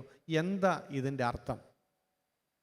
അപ്പോൾ അദ്ദേഹം പറഞ്ഞു, കുഞ്ഞ് മരിക്കുന്നതിന് മുമ്പ് ദൈവം കരുണ കാണിച്ചെങ്കിലോ എന്നുള്ള പ്രത്യാശ കൊണ്ട് ഞാൻ പ്രാർത്ഥിച്ചു, ഉപവസിച്ചു. പക്ഷെ ദൈവത്തിൻ്റെ ഹിതം അതായിരുന്നില്ല. കുഞ്ഞിതാ മരിച്ചു. ഇനി ഞാൻ വിലപിച്ച് കിടന്നിട്ട് എന്താ കാര്യം ഇരിക്കുന്നത്? ഇനി ഞാൻ ദുഃഖിച്ചെൻ്റെ സമയം കളഞ്ഞിട്ട് എന്താ കാര്യം ഇരിക്കുന്നത്? അതുകൊണ്ട് ഞാൻ പ്രാക്ടിക്കലാകുകയാണ്. ഞാൻ ഇപ്പോൾ ഭക്ഷണം കഴിച്ച് വീണ്ടും ജീവിതത്തിലേക്ക് തിരിച്ചു വരികയാണ്. അപ്പം ഇതാണ് ആരോഗ്യകരമായ ഒരു മനോഭാവം. നമ്മൾ ചില കാര്യങ്ങളൊക്കെ നടക്കാതെ വരുമ്പോൾ, ചിലതൊക്കെ നഷ്ടപ്പെട്ടതിൻ്റെ പേരിൽ, ചിലതൊക്കെ നമ്മളുടെ പ്ലാനുകൾക്കനുസരിച്ച് സംഭവിക്കാത്തതിൻ്റെ പേരിലൊക്കെ ജീവിതകാലം മുഴുവനും ഓർത്തോർത്ത് ദുഃഖിച്ചുകൊണ്ടിരിക്കും. അന്ന് പഠിക്കാൻ കഴിയാത്തതിന്, അല്ലെങ്കിൽ അന്ന് വേറെ എന്തെങ്കിലും കാര്യങ്ങൾ ചെയ്യാൻ പറ്റാത്തതിൻ്റെ പേരിൽ 50, 60, 70 വർഷമായാലും പിന്നെ ഓർത്ത് ദുഃഖിച്ചുകൊണ്ടിരിക്കും. വല്ല കാര്യമുണ്ടോ? മണ്ടത്തരമാണ്. അപ്പോൾ കഴിഞ്ഞ കാലങ്ങളെ നമ്മൾ പൂർണ്ണമായിട്ടും ദൈവത്തിന് വിട്ടുകൊടുക്കണം. നമ്മൾ അനേകരുടെ ജീവിതത്തിൽ ദൈവത്തിൻ്റെ ശക്തി വെളിപ്പെടാത്തതിൻ്റെ കാരണം, ദൈവം തരുന്ന അവസരങ്ങൾ ഉപയോഗിക്കാൻ പറ്റാത്തതിൻ്റെ കാരണം ഈ കഴിഞ്ഞുപോയ കാര്യങ്ങളെ ഉപേക്ഷിക്കാനായിട്ട് തയ്യാറില്ലാത്തതുകൊണ്ടാണ്. അതുപോലെ നമ്മളുടെ ജീവിതത്തിൽ നമുക്ക് മനസ്സിലാക്കാൻ കഴിയാത്ത, നമുക്ക് ഉൾക്കൊള്ളാൻ കഴിയാത്ത ചില ജീവിത യാഥാർത്ഥ്യങ്ങളൊക്കെ ഉണ്ടാകും. അതിനെ നമ്മൾ ദൈവകരങ്ങളിൽ നിന്ന് സ്വീകരിക്കാൻ തയ്യാറാകുമ്പോൾ മാത്രമേ അതിൻ്റെ മുകളിൽ ജീവിക്കുവാനായിട്ട് നമുക്ക് സാധിക്കുകയുള്ളൂ. ഞാൻ ഓർക്കുന്നു, ഒരിക്കൽ ഒരു വിദേശ രാജ്യത്ത് ചെന്നപ്പോൾ ഒരു സഹോദരി വേദനയോടെ പങ്കുവെച്ചൊരു കാര്യമുണ്ട്. 7 വർഷമായി ആ രാജ്യത്തെത്തിയിട്ട്, പക്ഷേ ഇവർ നേഴ്സാണ്, പക്ഷേ ഇവരുടെ ഭർത്താവിന് ഇതുവരെയും ജോലിയായിട്ടില്ല. എത്ര ഇൻ്റർവ്യൂ പോയാലും എല്ലാം പരാജയപ്പെടുകയാണ്, ഭർത്താവിന് ജോലിയില്ല. പക്ഷേ ഇവർക്ക് സാമ്പത്തികമായിട്ട് ബുദ്ധിമുട്ടൊന്നുമില്ല, ഇവൾക്ക് നല്ല ശമ്പളമൊക്കെ ഉണ്ട്, വീടുണ്ട്, കുഴപ്പമില്ലാതെയൊക്കെ ജീവിക്കുകയാണ്. പക്ഷേ ഭർത്താവിന് ജോലിയില്ല എന്നുള്ളത് ഒരു അപമാനകരമായ കാര്യമായിട്ടാണ് ഇവൾ കണ്ടത്. ആരെങ്കിലും ചോദിച്ചു ഭർത്താവിന് എന്താ ജോലി എന്ന് ചോദിക്കുമല്ലോ എന്ന് കരുതി അങ്ങനെയുള്ള സാഹചര്യങ്ങൾ പോലും അവൾ ഒഴിവാക്കുമായിരുന്നു. മാത്രമല്ല, ഇത് ഭർത്താവിൻ്റെ പിടിപ്പുകേടുണ്ടെന്നുള്ള ചിന്തയിൽ ഭർത്താവിനോടൊരു പുച്ഛവും ദേഷ്യവും ഒക്കെയാണ്. എപ്പോഴും ഭർത്താവിനെ ഈ കാര്യം പറഞ്ഞ് അവൾ മാനസികമായി പീഡിപ്പിക്കും. ഉള്ളിൽ മുഴുവനും അവൾക്ക് അവളോട് തന്നെ ഒരു വെറുപ്പും ഭർത്താവിനോടും വെറുപ്പും. ഒറ്റ പ്രശ്നമുള്ളൂ, ഭർത്താവിന് ജോലിയില്ല. ഈ നാട്ടിലെത്തിയിട്ട് എൻ്റെ ഭർത്താവ്, എൻ്റെ കൂട്ടുകാരികളുടെ ഭർത്താക്കന്മാർക്കൊക്കെ നല്ല ജോലിയുണ്ട്, എൻ്റെ ഭർത്താവിന് മാത്രം ജോലിയില്ല, എൻ്റെ ഭർത്താവിൻ്റെ കഴിവുകേട്. ഇങ്ങനെ ഈ ചിന്ത വന്ന് ദുഃഖിച്ച് ഭർത്താവിനോടുള്ള അരിശവുമായിട്ട് അവരുടെ ജീവിതം ആകെ അങ്ങോട്ട് ഡിസോർഡറായിപ്പോയി. പക്ഷേ അവരൊരു ഷാലോം ഫെസ്റ്റിവൽ കൂടിയ സമയത്ത് ആണ് എന്നോട് ഈ കാര്യങ്ങൾ പറയുന്നത്. അപ്പോൾ ഇങ്ങനെ ഇതിനെ വേറൊരു കാഴ്ചപ്പാടിൽ കാണാനായിട്ട് ആ ഫെസ്റ്റിവലിലൂടെ ദൈവത്തിൻ്റെ ആത്മാവ് അവൾക്ക് പ്രചോദനം കൊടുത്തു. അവൾ അതുവരെയും ചിന്തിച്ചിരുന്നത് ഭർത്താവിന് ജോലിയില്ലാത്തത് എൻ്റെ ജീവിതത്തിലെ ഒരു നഷ്ടവും അപമാനകരവുമായ കാര്യമായിട്ടാണ് കാണുന്നത്. എന്നാൽ പരിശുദ്ധാത്മാവ് ആ മകളിൽ വന്നു കഴിഞ്ഞപ്പോൾ അവൾ തിരിച്ച് ചിന്തിക്കാൻ തുടങ്ങി. എൻ്റെ ഭർത്താവിന് ഇപ്പോൾ ജോലിയില്ലാത്തത് കൊണ്ട് എൻ്റെ കുഞ്ഞുങ്ങൾക്ക് പിതാവിൻ്റെ സ്നേഹവും പരിചരണവും എല്ലാം നന്നായിട്ട് കിട്ടുന്നുണ്ട്, എൻ്റെ കൂട്ടുകാരുടെ മക്കൾക്കൊന്നും അത് കിട്ടുന്നില്ല. ദൈവമേ, ഇതെന്തൊരു ഭാഗ്യപ്പെട്ട അവസ്ഥയാണ്. ഞാൻ ജോലി കഴിഞ്ഞ് ക്ഷീണിച്ചു വരുമ്പോൾ വീട്ടിലെ കാര്യങ്ങളെല്ലാം ഭർത്താവ് ചെയ്തു വെക്കുന്നത് കൊണ്ട് എനിക്ക് വിശ്രമിക്കാൻ ഇഷ്ടം പോലെ സമയമുണ്ട്. എന്നാൽ എൻ്റെ സുഹൃത്തുക്കൾക്കൊന്നും വീട്ടിൽ ചെന്നാൽ വിശ്രമിക്കാൻ നേരമില്ല. ഇതെന്തൊരു ഭാഗ്യമാണ്. അങ്ങനെ അവൾ തിരിച്ച് ചിന്തിക്കാൻ തുടങ്ങി. അങ്ങനെ തിരിച്ചു ചിന്തിച്ചപ്പോൾ ഭർത്താവിൻ്റെ ജോലിയില്ലാത്ത അവസ്ഥ ഒരു അപമാനകരം എന്നതിനേക്കാളേറെ കുടുംബത്തിനും മക്കളുടെ ആ കാലഘട്ടത്തിനും ഒരു ആവശ്യമാണെന്നുള്ള തിരിച്ചറിവിലെത്തിയപ്പോൾ അവൾക്ക് ഭർത്താവിനെ സ്നേഹിക്കാനും ബഹുമാനിക്കാനും ഒക്കെ തുടങ്ങി. അങ്ങനെ അവളുടെ ജീവിതത്തിലേക്ക് സന്തോഷം കടന്നു വന്നു. അങ്ങനെ വന്നപ്പോൾ ദൈവം അവളുടെ ഭർത്താവിന് ജോലി കൊടുക്കുകയും ചെയ്തു. Price the Lord. ചിലപ്പോഴൊക്കെ നമ്മുടെ ചില മനോഭാവങ്ങൾ മാറാൻ വേണ്ടി, നമ്മളെ വിശദീകരിക്കാൻ വേണ്ടിയാണ് ചില പ്രാർത്ഥനകളുടെ എല്ലാം ഉത്തരങ്ങൾ വൈകിക്കൊണ്ടിരിക്കുന്നത്. അപ്പം നമ്മൾ ദുഃഖിക്കുന്നതിൻ്റെ കാരണം തെറ്റായ കാഴ്ചപ്പാടുകളാണ്. തെറ്റായ രീതിയിൽ ജീവിത സാഹചര്യങ്ങളെ കാണുന്നത് കൊണ്ട്, വ്യക്തികളെ കാണുന്നത് കൊണ്ട് ആവശ്യമില്ലാതെ നമ്മൾ ദുഃഖിച്ചു കൊണ്ടിരിക്കും. അപ്പോൾ ദൈവം കാണുന്ന കാഴ്ചപ്പാട് നമുക്കുണ്ടാകണം. ഈ കാഴ്ചപ്പാട് എങ്ങനെയാണ് നമുക്ക് കിട്ടുക? ദൈവത്തിൻ്റെ പരിശുദ്ധാത്മാവ് കൊണ്ട് നമ്മൾ ഓരോരുത്തരും നിറയപ്പെടുമ്പോഴാണ്. അങ്ങനെ ദൈവത്തിൻ്റെ കാഴ്ചപ്പാട് കൊണ്ട് നിറയപ്പെട്ട് കഴിയുമ്പോൾ പല പ്രശ്നങ്ങളും പ്രശ്നങ്ങൾ അല്ല എന്ന് തോന്നും. പലപ്പോഴും നിരന്തരമായ കലഹങ്ങൾ കുടുംബത്തിലുണ്ടാകുന്ന എന്തുകൊണ്ടാണെന്ന് അറിയാമോ? എല്ലാ കുടുംബത്തിലും കുറച്ച് വഴക്കും പിണക്കമൊക്കെ ഉണ്ടാകുന്നത് സ്വാഭാവികമാണ്. പക്ഷേ നിരന്തരമായ കലഹങ്ങളുടെ കാരണവും തെറ്റായ കാഴ്ചപ്പാടാണ്. കാഴ്ചപ്പാട് തെറ്റാണെങ്കിൽ പ്രതികരണവും തെറ്റിപ്പോവും. ശരിയായ കാഴ്ചപ്പാടുള്ള വ്യക്തികൾക്ക് മാത്രമാണ് ശരിയായ രീതിയിൽ പ്രതികരിക്കാൻ പറ്റുള്ളൂ. തെറ്റായ രീതിയിൽ പ്രതികരിക്കുന്ന വ്യക്തികൾ ഉള്ളിടത്താണ് എപ്പോഴും കലഹങ്ങൾ ഉണ്ടാകുന്നത്. അവിടെ ഒരുപാട് പ്രശ്നമുള്ളത് കൊണ്ടല്ല മറ്റു കുടുംബത്തെക്കാളും, മറിച്ച് ഉള്ള പ്രശ്നങ്ങളെ ശരിയായ രീതിയിൽ കാണാനുള്ള കാഴ്ചപ്പാടില്ല. അപ്പോൾ നമ്മൾ എന്തു ചെയ്യണം? നിരന്തരമായ കലഹത്തിൻ്റെ സാഹചര്യങ്ങളിലൂടെ കടന്നു പോകുന്ന കുടുംബങ്ങളിൽ മാറ്റമുണ്ടാകണമെങ്കിൽ കുടുംബാംഗങ്ങളിൽ പരിശുദ്ധാത്മാവ് കടന്നു വന്ന് ദൈവം കാണുന്നത് പോലെ ജീവിത പ്രശ്നങ്ങളെ, വ്യക്തികളെ, സംഭവങ്ങളെ കാണാനുള്ള കൃപ കിട്ടുമ്പോൾ നിരന്തരമായ കലഹങ്ങൾ വിട്ടുപോകും. അപ്പോൾ കലഹം മാറാനല്ല പ്രാർത്ഥിക്കേണ്ടത്, മറിച്ച് പരിശുദ്ധാത്മാവ് കൊണ്ട് നിറയാൻ പ്രാർത്ഥിക്കണം. പരിശുദ്ധാത്മാവിൻ്റെ വെളിച്ചം കൊണ്ട് ബുദ്ധി നിറയുമ്പോൾ പ്രശ്നങ്ങൾ സങ്കീർണമാക്കുന്ന പ്രതികരണ രീതികൾ മാറി എല്ലാറ്റിനെയും ശാന്തമായിട്ട് കാണാനായിട്ടുള്ള കൃപ ദൈവം നമുക്ക് തരും. നമുക്ക് കണ്ണുകൾ അടച്ച് നമുക്ക് പ്രത്യേകമായ വിധത്തിൽ പ്രാർത്ഥിക്കാം. പലപ്പോഴും നമ്മളുടെ ജീവിതത്തിൽ സന്തോഷിക്കാൻ കഴിയാത്ത, നമ്മളെപ്പോഴും ദുഃഖിപ്പിക്കുന്ന ചില സംഭവങ്ങളും ചില ഓർമ്മകളും ഇപ്പോഴും നമ്മളെ ബന്ധിച്ചിട്ടിരിക്കുന്നുണ്ടെങ്കിൽ, കർത്താവെ അതിൻ്റെ പിടിയിൽ നിന്നും എന്നെ വിമോചിപ്പിക്കണമേ എന്ന് നമുക്ക് പ്രാർത്ഥിക്കാം. ചില രോഗങ്ങൾ വിട്ടുമാറാതിരിക്കുന്നത് അതിൻ്റെ അടിയിൽ കിടക്കുന്ന കഠിനമായ ചില ദുഃഖങ്ങളിൽ നിന്ന് വിമോചനം കിട്ടാത്തത് കൊണ്ടാണ്. കുറ്റബോധങ്ങൾ, കഠിനമായ നിരാശകൾ, ഇതൊക്കെ ശരീരത്തിൻ്റെ ആരോഗ്യത്തിനെ പ്രതികൂലമായിട്ട് ബാധിക്കും. അതുകൊണ്ട് നമുക്ക് ഈ രാത്രിയിൽ തമ്പുരാൻ്റെ കരങ്ങളിലേക്ക് സമർപ്പിക്കാം. എപ്പോഴും ദുഃഖിപ്പിക്കുന്ന ഓർമ്മകൾ, ദുഃഖത്തിലേക്ക് നമ്മളെ തള്ളിവിടുന്ന സാഹചര്യം, ദുഃഖത്തിലേക്ക് തള്ളിവിടുന്ന വ്യക്തികൾ, ഇവരെയെല്ലാം നമുക്ക് കർത്താവിന് കൊടുക്കാം. കർത്താവ് അനുവദിച്ചതാണിത്. അവിടുന്നാണ് എൻ്റെ ജീവിതത്തിലേക്ക് ഈ സാഹചര്യം കൊണ്ടുവന്നിരിക്കുന്നത്. എങ്കിൽ അതിലൂടെ ദൈവം എന്നെ വളർത്താൻ ആഗ്രഹിക്കുന്നു, എന്നെ ബലപ്പെടുത്താൻ ആഗ്രഹിക്കുന്നു. അത് എന്നെ തളർത്തുക എന്നുള്ളത് ദൈവ പദ്ധതി അല്ല. ദൈവമേ, ഈ രാത്രിയിൽ എന്നെ ഭാരപ്പെടുത്തുന്ന, എന്നെ വിഷമിപ്പിക്കുന്ന, എന്നെ നിരന്തരം ദുഃഖിപ്പിക്കുന്ന ജീവിത യാഥാർത്ഥ്യങ്ങളെ തിരുമുമ്പിലേക്ക് ഞാൻ ഉയർത്തുകയാണ്. എൻ്റെ ഹൃദയത്തിൽ നിന്ന് അത് ഏറ്റെടുക്കണമേ. എന്നെ ഈ രാത്രിയിൽ സ്വതന്ത്രമാക്കണമേ. കർത്താവെ, എനിക്ക് സന്തോഷിക്കാൻ പറ്റുന്നില്ല ദൈവമേ. എൻ്റെ വിഷാദ ഭാവങ്ങൾ എടുത്തു കളയണമേ. എൻ്റെ ദുഃഖം എടുത്തു കളയണമേ. കർത്താവെ, എൻ്റെ ഹൃദയത്തിലേക്ക് ആനന്ദം നീ അയച്ചു തരണമേ. എനിക്ക് സന്തോഷിക്കാനുള്ള കൃപ നൽകണമേ. കർത്താവെ, നിന്റെ കൃപ ഇന്ന് എൻ്റെ മേൽ ഒഴുകട്ടെ. കരങ്ങൾ സ്വർഗത്തിലേക്ക് ഉയർത്തി നമുക്ക് പ്രത്യേകം പ്രാർത്ഥിക്കാം. കർത്താവെ, നിന്റെ ആനന്ദത്തിൻ്റെ തൈലം കൊണ്ട് എന്നെ ഇന്ന് പൂശണമേ. സന്തോഷത്തിന്റെ അരൂപി കൊണ്ട് എന്നെ നിറയ്ക്കണമേ. നിന്റെ കൃപ കൊണ്ട് എന്നെ നിറയ്ക്കണമേ.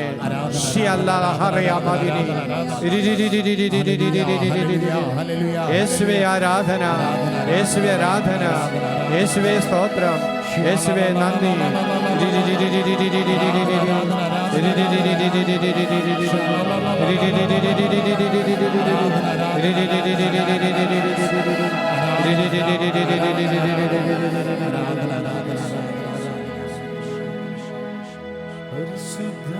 പരിശുദ്ധാത്മാവേ കനിയണമേ. പരിശുദ്ധാത്മാവേ നീക്കണമേ. പരിശുദ്ധാത്മാവേ കനിയണമേ. പരിശുദ്ധാത്മാവേ നയിക്കണമേ. പരിശുദ്ധാത്മാവേ കനിയണമേ. പരിശുദ്ധാത്മാവേ നയിക്കണമേ.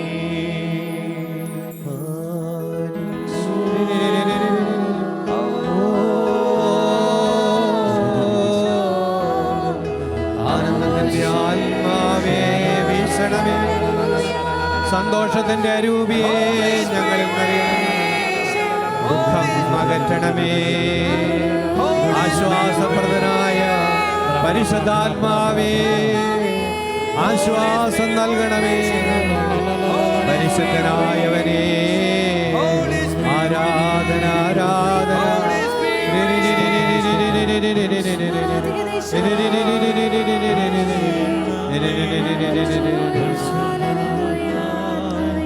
മദ്യപാനിയായ പിതാക്കന്മാരിലൂടെ ബാല്യകാലത്തുണ്ടായ വിഷാദത്തിൻ്റെയും ഭയത്തിൻ്റെയും അപകർഷതാബോധത്തിൻ്റെയും തടവറയിൽ നിന്ന് കർത്താവ് 3 വ്യക്തികൾക്ക് വിടുതൽ നൽകുന്നുണ്ട്. ഹല്ലേലൂയ.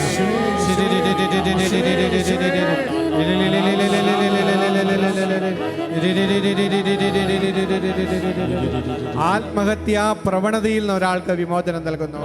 യേശുവേ നന്ദി, യേശുവേ ആരാധന, യേശുവേ സ്തോത്രം, യേശുവേ മഹത്വം. പരിശുദ്ധാത്മാവേ, ഹൃദയങ്ങളെ സ്നേഹം കൊണ്ട് നിറയ്ക്കണമേ, സന്തോഷം കൊണ്ട് നിറയ്ക്കണമേ, കൃപ കൊണ്ട് നിറയ്ക്കണമേ. യേശുവേ നന്ദി, യേശുവേ സ്തോത്രം, യേശുവേ നന്ദി, യേശുവേ സ്തോത്രം, യേശുവേ നന്ദി, യേശുവേ സ്തോത്രം, യേശുവേ നന്ദി, യേശുവേ സ്തോത്രം, യേശുവേ നന്ദി, യേശുവേ നന്ദി. Price the Lord. പ്രിയപ്പെട്ടവരെ, ക്രിസ്തീയ ജീവിതത്തിൻ്റെ ഒഴിവാക്കാനാകാത്ത ഒരു ഭാവമാണ് സന്തോഷം. സന്തോഷമില്ലാത്ത ക്രിസ്ത്യാനി അല്ല. അതുകൊണ്ടാണ് ഈ ദുഃഖം അകറ്റണ കാര്യം വളരെ വ്യക്തമായിട്ട് പറയുന്നത് ബൈബിള്. എപ്പോഴും സന്തോഷത്തോടു കൂടി ഇരിക്കുവാനാണ് ദൈവത്തിൻ്റെ വചനം നമ്മളെ പഠിപ്പിക്കുന്നത്. അപ്പോൾ കുടുംബങ്ങളിൽ സന്തോഷമുണ്ടാകണം. വളരെ പ്രധാനപ്പെട്ട ഒരു കാര്യമാണിത്. സന്തോഷമില്ലാത്ത കുടുംബങ്ങളിൽ ആത്മീയമായ വളർച്ച ബുദ്ധിമുട്ടാണ്. കുട്ടികളുടെ വ്യക്തിത്വങ്ങൾ വികലമായിട്ട് പോകും സന്തോഷമില്ലാത്ത കുടുംബ അന്തരീക്ഷം കൊണ്ട്. മാതാപിതാക്കൾ സന്തോഷമുള്ളവരല്ലെങ്കിൽ അവരുടെ ആധ്യാത്മികതയെ മക്കൾ സംശയിക്കും. അപ്പം നമ്മൾ സന്തോഷത്തിൻ്റെ ഉറവിടമായ ദൈവത്തോട് കൂടുതൽ അടുത്ത് ജീവിക്കുന്നവരാണെങ്കിൽ തീർച്ചയായിട്ടും ദൈവത്തിൻ്റെ അരൂപിയുടെ സന്തോഷം നമ്മുടെ വ്യക്തിത്വത്തിൽ പ്രതിഫലിപ്പിക്കണം. അപ്പോൾ ഇതൊരു പ്രധാനപ്പെട്ട കാര്യമായിട്ട് നമ്മൾ എടുക്കണം. സന്തോഷമുള്ള ഒരു വ്യക്തിയായി ഞാൻ മാറണം. അത് ദൈവത്തിൻ്റെ ഹിതമാണ് എന്നുള്ള തിരിച്ചറിവിൽ ഈ രാത്രി മുതൽ നിങ്ങൾ അതിനുവേണ്ടി പ്രാർത്ഥിക്കണം. സന്തോഷമുള്ള ഒരു വ്യക്തിയായിട്ട് നമ്മൾ ജീവിക്കണം. അല്ലെങ്കിൽ എന്താ കുഴപ്പം? എൻ്റെ ഉള്ളിൽ സന്തോഷമില്ല എങ്കിൽ എനിക്ക് സന്തോഷം കൊടുക്കാൻ പറ്റില്ല. എൻ്റെ ഉള്ളിലുള്ളതല്ലേ കൊടുക്കാൻ പറ്റുള്ളൂ. ഞാനൊരു ദുഃഖപുത്രിയായും ദുഃഖപുത്രനായും ജീവിക്കുമ്പോൾ എൻ്റെ ചുറ്റുപാടുമുള്ളവരിലേക്ക് അറിഞ്ഞും അറിയാതെ ഞാൻ കൊടുക്കുന്നത് ദുഃഖമാണ്. അത് ദൈവത്തിൻ്റെ പദ്ധതിയല്ല. അപ്പോൾ എൻ്റെ ജീവിത പങ്കാളിക്ക് ഞാൻ സന്തോഷം കൊടുക്കണം. വേറെ എല്ലാം കൊടുത്തിട്ട് കാര്യമില്ല, സന്തോഷം കൊടുക്കണം. അത് എൻ്റെ ചുമതലയാണ്. ദൈവം എന്നെ ആക്കിയിരിക്കുന്നതിൻ്റെ ലക്ഷ്യങ്ങളിൽ ഒന്നാണ് എൻ്റെ ജീവിത പങ്കാളിക്ക് സന്തോഷം കൊടുക്കാനാണ് എന്നെ ദൈവമാക്കിയിരിക്കുന്നത്. പകരം ഞാൻ കണ്ണുനീരാണ് കൊടുക്കുന്നതെങ്കിൽ, ദുഃഖമാണ് കൊടുക്കുന്നതെങ്കിൽ എന്നെക്കുറിച്ചുള്ള ദൈവത്തിൻ്റെ പദ്ധതികൾ അവിടെ പരാജയപ്പെട്ടു പോവുകയാണ്. അപ്പോൾ സന്തോഷം മക്കൾക്ക് കൊടുക്കണം. നമുക്ക് നല്ല വിദ്യാഭ്യാസം കൊടുത്തതുകൊണ്ട് കാര്യമില്ല, വസ്ത്രം കൊടുത്തതുകൊണ്ട് കാര്യമില്ല. അവർക്ക് ആനന്ദം കൊടുക്കണം. നമ്മുടെ ഭവനങ്ങൾ സന്തോഷം കൊടുക്കുന്ന ഇടങ്ങളായി മാറുമ്പോൾ അവിടെ ദൈവ സാന്നിധ്യം വളരും, പ്രാർത്ഥന വളരും, സ്നേഹം വളരും.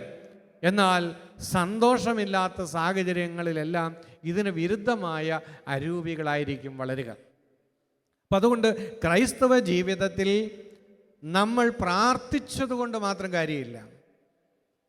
നമ്മൾ ഒരുപാട് പ്രാർത്ഥിച്ചിട്ടും നമുക്ക് ആനന്ദമില്ലെങ്കിൽ ആത്മീയതയിൽ ഒരു കുറവുണ്ട്. പരിശുദ്ധാത്മാവ് സന്തോഷത്തിൻ്റെ ആത്മാവാണ്. ഈ ആത്മാവിൽ നിറയുമ്പോൾ ആത്മാവിൽ സന്തോഷം ഉണ്ടാകണം.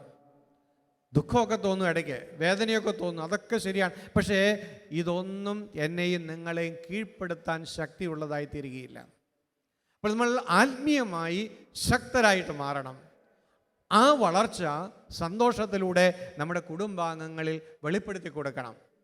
അങ്ങനെ നമ്മുടെ ജീവിത സാഹചര്യങ്ങളിൽ കൂടുതൽ ദൈവകൃപ കൊടുക്കുവാനായിട്ട് നമുക്ക് സാധിക്കും, മാറ്റങ്ങൾ ഉണ്ടാക്കാനായിട്ട് സാധിക്കും.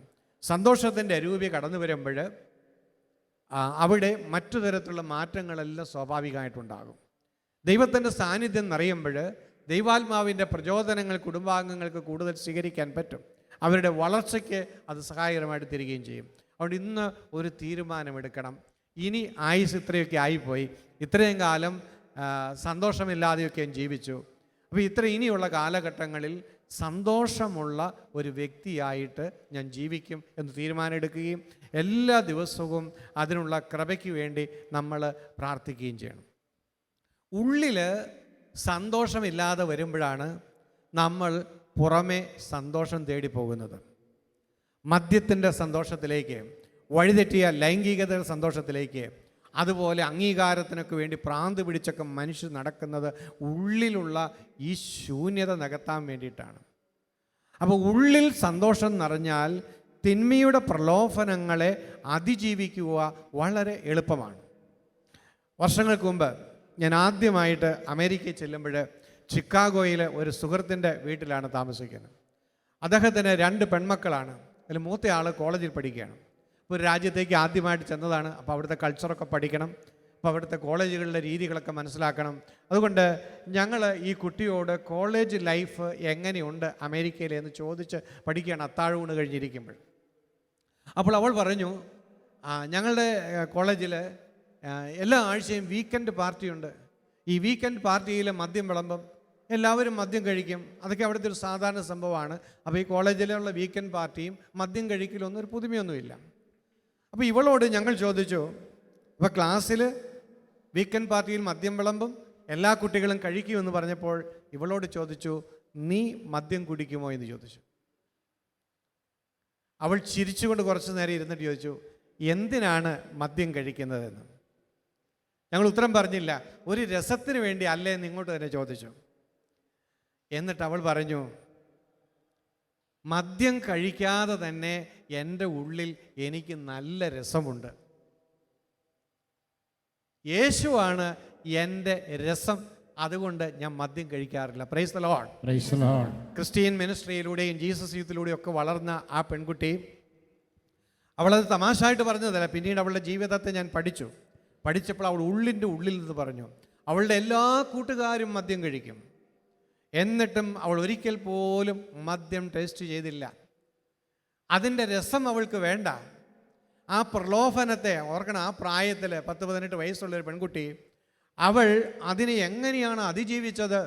അതിൻ്റെ രഹസ്യം എന്താണ്? അവളുടെ ഉള്ളിൽ രസമുണ്ടായിരുന്നു, അവളുടെ ഉള്ളിൽ സന്തോഷമുണ്ടായിരുന്നു. യേശു അവളുടെ ഉള്ളിൽ ഒരു രസമായി വന്നപ്പോൾ പുറമേയുള്ള രസങ്ങൾക്കൊന്നും അവളെ കീഴടക്കാനുള്ള കാന്തിക ശക്തി ഇല്ലാതായി പോയി. Price the Lord. അപ്പം ഞാൻ പ്രലോഭനങ്ങളിൽ വീഴുന്നതിൻ്റെ കാരണങ്ങളിലൊന്ന് എൻ്റെ ഉള്ളിലെ ശൂന്യതയാണ്, എൻ്റെ ഉള്ളിലെ അസ്വസ്ഥതയാണ്, എൻ്റെ ഉള്ളിലെ സന്തോഷമില്ലായ്മയാണ്. പ്രിയപ്പെട്ടവരെ, പിൽക്കാലത്ത് ആ പെൺകുട്ടിയുടെ ജീവിതം ഞാൻ പഠിച്ചപ്പോൾ അവൾ ഹൃദയം കൊണ്ട് പറഞ്ഞതാണ്, അവളുടെ 4 കൂട്ടുകാർ വൈദികരായി. അവളുടെ പ്രേരണയിലൂടെ, അവളുടെ സ്വാധീനത്തിലൂടെ ചിക്കാഗോ രൂപതയിൽ വൈദികരെ അഭിഷേകം ചെയ്ത 2 വ്യക്തികൾ, ഈ കുട്ടിയാണ് അവളെ ആ സെമിനാരിയിലേക്ക് വിട്ടതും ദൈവവിളി കണ്ടെത്തി കൊടുത്ത് സഹായിച്ചത്. ഇന്ന് ഷാലോമിൻ്റെ അമേരിക്കയിലെ ഓഫീസിൽ ആ പെൺകുട്ടി ജോലി ചെയ്യുന്നു. Hallelujah. Hallelujah. Price the Lord. അപ്പോൾ ഇതൊക്കെ പ്രാക്ടിക്കലാണ്, ഇതൊക്കെ കഥയല്ല, സംഭവിക്കുന്ന ഈ കാലഘട്ടത്തിലും അങ്ങനെയൊക്കെ ഉണ്ട്. അപ്പോൾ ഹൃദയത്തിൽ സന്തോഷം ഉള്ളവരായി നമ്മൾ ജീവിക്കണം. അതിന് ഒരുപാട് ടെക്നിക്കൊന്നും വേണ്ട, മറിച്ച് ദൈവം ഉള്ളിൽ നിറയണം, ദൈവത്തിൻ്റെ ആത്മാവ് നിറയണം. ഇപ്പം നമ്മുടെ ഇന്നത്തെ ആധ്യാത്മികത കൊണ്ട്, അത്യാവശ്യം പ്രാർത്ഥനകൾ കൊണ്ട് നമ്മൾ സംതൃപ്തരാകരുത്. ഇതിനും അപ്പുറത്തേക്ക് നമ്മൾ വളരാനുണ്ട്. ഇങ്ങനെ ജീവിച്ചാൽ പോരാ. എൻ്റെ മക്കളുടെ മുമ്പിൽ സന്തോഷമുള്ള ഒരപ്പനായി, അമ്മയായി ഞാൻ മാറണം. എൻ്റെ ജീവിത പങ്കാളിയുടെ മുമ്പിൽ സന്തോഷം കൊടുക്കുന്നൊരു വ്യക്തിയായി ഞാൻ മാറണം. എൻ്റെ സുഹൃത്തുക്കളുടെ ഇടയിൽ സന്തോഷം വിളമ്പുന്നൊരു വ്യക്തിയായിട്ട് മാറണം. അതിന് ദൈവത്തിൻ്റെ സന്തോഷം കൊണ്ട് ഞാൻ നിറയണം. എൻ്റെ ഗൗരവം നമ്മൾ മനസ്സിലാക്കി നമ്മൾ അതിനുവേണ്ടി നമ്മൾ പ്രാർത്ഥിക്കണം. നമ്മൾ ഈ ഒരു മേഖലയിൽ വളരുമ്പോൾ നമ്മളറിയാതെ തന്നെ നമ്മുടെ ചുറ്റുപാടുകളിൽ മാറ്റം ഉണ്ടാകും. ചുറ്റുപാടുകളിൽ ഒരുപാട് ആനന്ദം കൊടുത്തുകൊണ്ട് ദൈവത്തിൻ്റെ സാന്നിധ്യം വെളിപ്പെടുത്തുന്ന വ്യക്തിയായി, സാക്ഷ്യമുള്ള ഒരു വ്യക്തിയായി മാറുവാനായിട്ട് എനിക്കും നിങ്ങൾക്കും എല്ലാം സാധിക്കും. Price the Lord. അതുകൊണ്ട് ഇന്നു മുതൽ നമ്മൾ എല്ലാവരും പ്രാർത്ഥിക്കുകയാണ്. ചുമ്മാ പ്രാർത്ഥിച്ചാൽ പോരാ, സന്തോഷത്തിന് വേണ്ടി പ്രാർത്ഥിക്കണം. പരിശുദ്ധാത്മാവെ, സന്തോഷം കൊണ്ട് തന്നെ നിറയ്ക്കണം. പരിശുദ്ധാത്മാവിൻ്റെ ഫലങ്ങൾ നമുക്കറിയാം. ആനന്ദം, അത് ദൈവം ഒരു കൃപയായിട്ട് തരും. ഒരുപക്ഷെ ഇന്ന് വരെയും സന്തോഷിക്കാത്തൊരു വ്യക്തിയായിരിക്കാം. നിങ്ങളുടെ എല്ലാവരുടെയും ജീവിതത്തിൽ പുതിയ ഒരു പുഞ്ചിരി പരിശുദ്ധാത്മാവ് തരാൻ ആഗ്രഹിക്കുന്നു. പുതിയ ഒരു സന്തോഷം തരാൻ ആഗ്രഹിക്കുന്നു. പരിശുദ്ധാത്മാവിനോട് എല്ലാ ദിവസവും പ്രാർത്ഥിക്കണം. ജീവിതത്തിൽ മാറ്റമുണ്ടാകും, വ്യക്തിത്വത്തിൽ മാറ്റമുണ്ടാകും. അങ്ങനെ വരുമ്പോൾ സാഹചര്യങ്ങൾ മാറും. നമ്മൾ സാഹചര്യങ്ങൾ മാറിയിട്ട് ആനന്ദിക്കാനിരിക്കുന്നവരാണ്. എന്നാൽ സാഹചര്യങ്ങളെ മാറ്റണമെങ്കിൽ നമ്മൾ ആദ്യം മാറണം. നമ്മളുടെ ചിന്തകൾ മാറണം, ആന്തരിക അവസ്ഥകൾ മാറണം. അപ്പോഴേ സാഹചര്യങ്ങളെ മാറ്റുവാനായിട്ട് നമുക്ക് സാധിക്കുകയുള്ളൂ. Price the Lord. ഹല്ലേലൂയ. അപ്പോൾ ഇന്നോട്ട് പ്രാർത്ഥിക്കില്ലേ? മറ്റു പല കാര്യങ്ങൾക്ക് വേണ്ടി പ്രാർത്ഥിക്കുന്ന കൂട്ടത്തിൽ നമ്മൾ പ്രധാനപ്പെട്ട ഒരു കാര്യമായി ഇത് കൂട്ടിച്ചേർക്കണം. സന്തോഷമുള്ള ഒരു വ്യക്തിത്വം എനിക്ക് നൽകണം. അപ്പോൾ എൻ്റെ ക്രിസ്തീയ വിശ്വാസത്തിൻ്റെ ഒരടയാളമായിട്ട് സന്തോഷം മാറണം. നമുക്കറിയാം, ആദിമ നൂറ്റാണ്ടിലെ ക്രിസ്ത്യാനികളെ വധിക്കാൻ കൊലക്കളത്തിലേക്ക് കൊണ്ടുപോകുമ്പോൾ പോലും അവർ സന്തോഷത്തോടെ തുള്ളിച്ചാടി ദൈവത്തെ സ്തുതിച്ച് ആ വധശിക്ഷ സ്വീകരിക്കാൻ വേണ്ടി പോയി എന്ന് നമ്മൾ വായിക്കുന്നു. ഭ്രാന്തമായ ഒരവസ്ഥയത് മാനുഷികമായിട്ട് ആർക്കും സാധിക്കുകയില്ല. ഇതാ പരിശുദ്ധാത്മാവിൻ്റെ നിറവ് വരുമ്പോൾ ഉണ്ടാകുന്ന വ്യത്യാസം. ഏത് വേദനാജനകമായ സാഹചര്യത്തിലും ഹൃദയത്തിൽ ആഹ്ലാദമുണ്ടാകും, ആനന്ദമുണ്ടാകും. ലോകത്തിന് നൽകാൻ കഴിയാത്തതായത് ഒരു വ്യക്തിക്ക് എത്ര വ്യക്തിത്വം വളർത്തിയെടുത്താലും ഇത് കിട്ടുകയില്ല. നമ്മുടെ എല്ലാവരുടെയും ജീവിതത്തിൽ ഒരു വളർച്ചയ്ക്കുള്ള ആഗ്രഹം എല്ലാവർക്കും ഉണ്ട്. ഭൗതികമായിട്ട് വളരണം, ആത്മീയമായിട്ട് വളരണം, നമ്മൾ ജോലിയുമായി ബന്ധപ്പെട്ടാണെങ്കിൽ അവിടെ പ്രൊമോഷനൊക്കെ വേണം. അപ്പം ഇങ്ങനെ കൂടുതൽ ഉയരങ്ങളിലേക്ക് പോകാനായിട്ട് എല്ലാ മനുഷ്യരും ആഗ്രഹിക്കുന്നുണ്ട്. അപ്പോൾ ആത്മീയ ജീവിതത്തിലും ഉന്നതങ്ങളിലേക്ക് വളരണം, ഭൗതിക ജീവിതത്തിലും വളരണം. ഒരു വളർച്ച സ്വാഭാവികമാണ്. എപ്പോഴും ഇങ്ങനെ സ്റ്റാഗ്നൻ്റായിട്ട് കിടന്നാൽ ജീവിതം മരവിച്ചു പോകും.